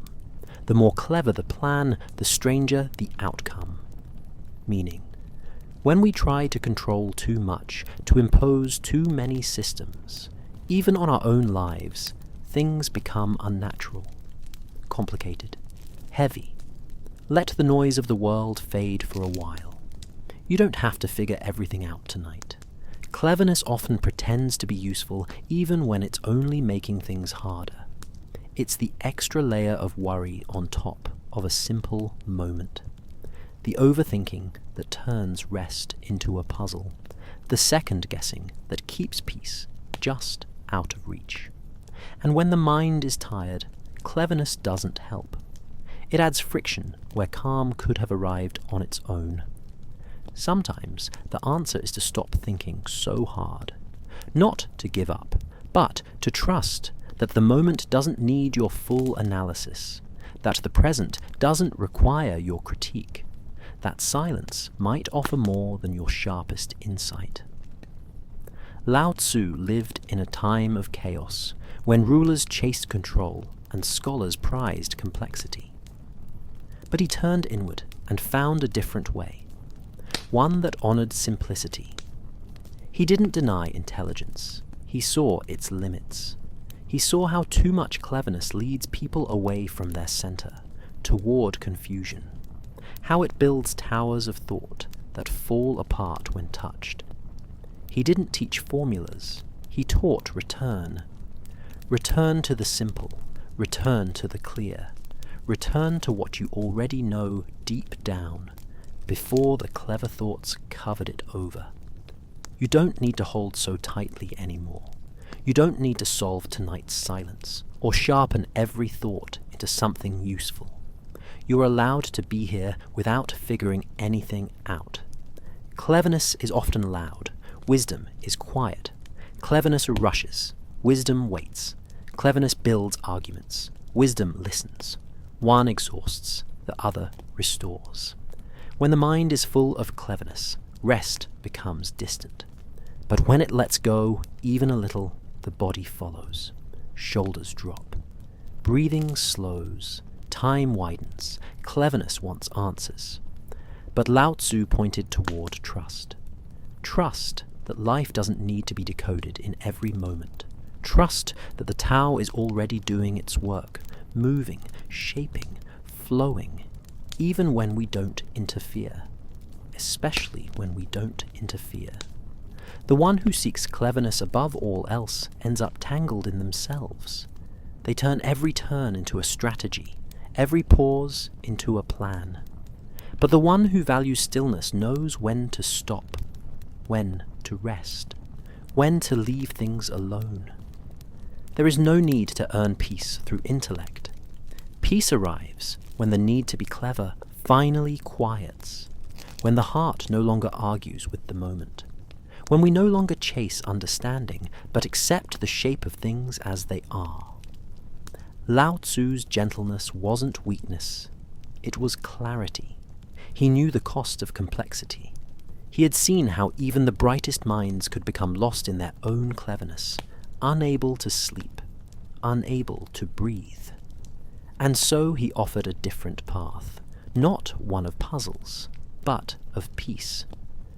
Let yourself rest in not knowing. Let yourself breathe without solving. Let yourself return. Lao Tzu understood that one of the greatest causes of unrest is not what we face, but how tightly we grip it. When we hold on too hard to our plans, our beliefs, our identities, or our expectations, the world feels tense. Every small shift becomes a threat. Every uncertainty becomes a burden. But when we learn to hold things more lightly, we give life space to breathe. And in that space, peace can rise. In the Tao Te Ching, Lao Tzu teaches the art of letting go without losing care. He isn't asking for indifference. He is pointing toward gentleness, the kind that touches life with open hands. When we hold too tightly, we try to force outcomes. We resist change. We demand that everything follow a shape we've already imagined. But the world doesn't move that way. Life changes. People change. Even our own thoughts and feelings are not fixed. And trying to anchor what is always in motion only leaves us tired. To hold lightly is to understand the difference between involvement and attachment. You can love deeply, work earnestly, and care with your whole heart, without gripping so hard that your peace depends on the result. When you hold lightly, you make room for life to unfold without pushing against it. You allow things to come and go. You respond rather than react. You rest, even as the world moves. So much of rest is not just physical, it's emotional, mental. It's the rest that comes when you no longer feel responsible for controlling everything. When you trust that what truly matters won't be lost just because you loosen your grip. In fact, sometimes loosening is exactly what allows it to stay. Let the noise of the world fade for a while. You don't have to carry everything so tightly in your chest. Lao Tzu observed how water flows around rocks without resistance. It doesn't argue or strain. It adapts. It lets go of each shape and takes the next. In the same way, holding lightly lets us adapt with ease. We stop forcing square solutions into round moments. We stop demanding that each day validate our plans. Instead, we participate softly. We act when it's time, and we pause when it's not. And through it all, we don't cling. We remain open. Holding lightly also changes how we relate to our own thoughts. Instead of grabbing onto every fear or doubt, we watch them pass. Instead of chasing every conclusion, we leave room for not knowing. We rest in uncertainty the way a leaf rests on a stream, guided, not driven. You don't need to hold so tightly anymore. That includes your own story, the roles you think you must fulfill, the pressure to always be certain, the fear of what might happen if you let go, even just a little. None of that is permanent. None of that has to be carried into your rest. There is strength in softness, and there is peace in not needing to dominate every moment with intention. Lao Tzu reminds us that true power often lies in yielding, not forcing. The oak breaks in the storm, the reed bends and rises again. This doesn't mean we avoid action. It means we stop trying to control the outcome with the tension of our will. It means acting with care, but detaching from expectation. Doing our part, then stepping back. Like planting seeds in a garden.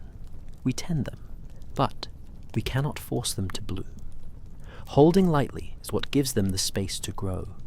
When we cling, whether to relationships, achievements, or old ways of thinking, we often do it from fear. The fear of loss, the fear of not being enough, the fear that we must hold on or everything will fall apart. But the Tao reminds us that life doesn't require our grip to stay balanced. It already has its own rhythm, a rhythm far more stable than the one our fears try to construct.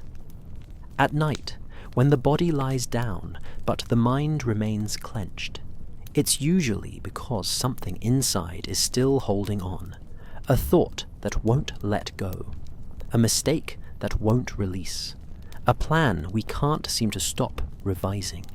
And the more we wrestle with it, the farther sleep drifts away. But when we hold lightly, even rest becomes easier. We stop fighting what we can't fix tonight. We stop grasping for answers we don't yet need. We stop trying to shape tomorrow from inside today's exhaustion. And slowly, something begins to settle. The breath deepens. The shoulders fall. The mind grows quiet. To live according to the Tao is to move with life, not against it. To trust its current.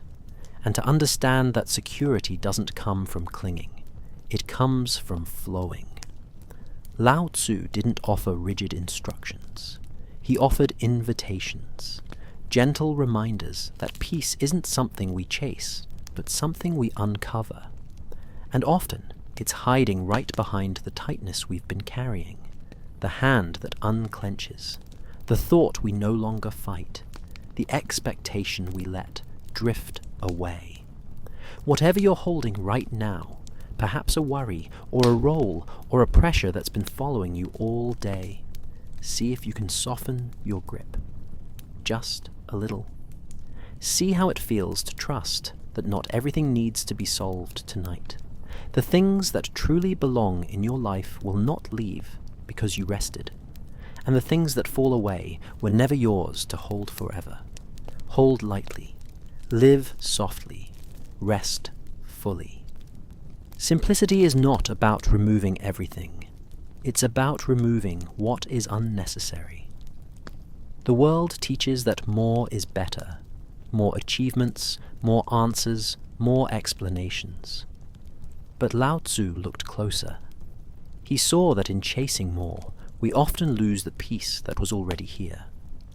He saw that rest does not come from having everything, but from needing very little.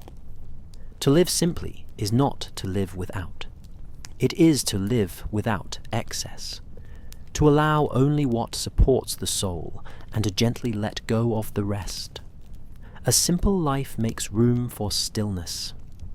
When the mind is not burdened by too many things, it begins to soften. When the heart is not pulled in too many directions, it begins to open. Lao Tzu described the wise person as someone who chooses less, not because they are weak, but because they are clear. To attain knowledge, he wrote, add things every day. To attain wisdom, remove things every day. Simplicity is not built through addition. It's built through subtraction, a quiet kind of refinement, the kind that clears the noise so the essential can be heard. When life feels too loud, too busy, too much, often what we need is not a solution, but space. Not more effort, but less clutter. Simplicity allows us to stop performing, to stop chasing the image of what we think our life should be. It brings us back to what is already working, what is already enough, and in that return, rest becomes natural. You don't need to hold so tightly anymore. The pressure to be everything, do everything, and know everything, it was never yours to carry. Simplicity also allows the body to rest. It removes the tension that comes from too many choices, too many comparisons, too many expectations. When the space around you is clear, your breathing changes. Your pace slows. There is nothing to compete with. There is nothing urgent to prove. And in that stillness, the nervous system remembers something ancient. Safety in slowness. Safety in quiet. Simplicity does not resist the world. It simply does not absorb all of it. It picks up what's needed and lets the rest pass by. It trusts that not every voice must be listened to. Not every invitation must be accepted. Not every thought must be pursued. There's wisdom in turning down the volume of life. A simple life is not a small life.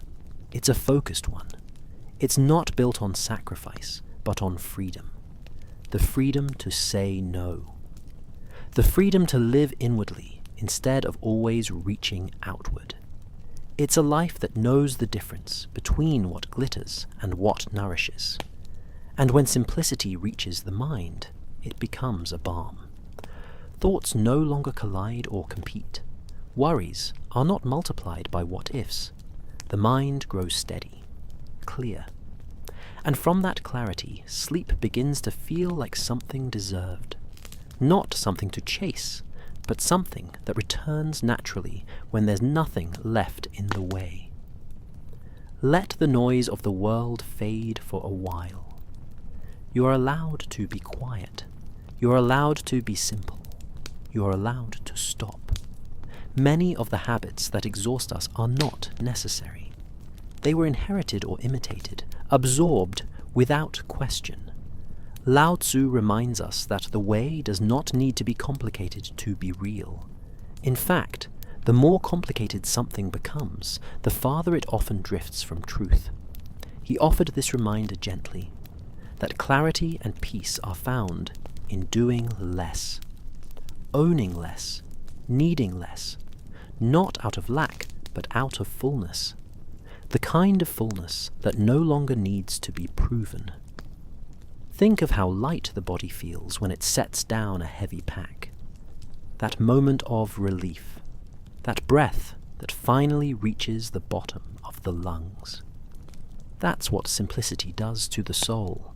It removes the unnecessary weight, the invisible burdens, the tangled stories of identity and status.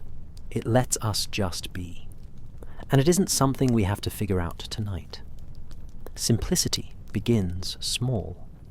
One soft decision at a time, one deep breath instead of one more task, one quiet evening instead of one more obligation, one kind thought instead of a spiral of perfection. Simplicity is not something we force. It's something we remember. It's always been here, under the noise, behind the lists, beneath the armor. It's in the rhythm of your breath, the hush of evening, the way your body leans into softness when no one is watching. Lao Tzu did not offer a formula. He offered a way, one that moves slowly, humbly, and without drama, one that invites us to come home to ourselves. Let tonight be simple. Let it be enough. No need to revise the past or script the future. Just this breath, just this moment, just this stillness. Because when life is simple, rest is not something we earn. It is something we remember how to allow.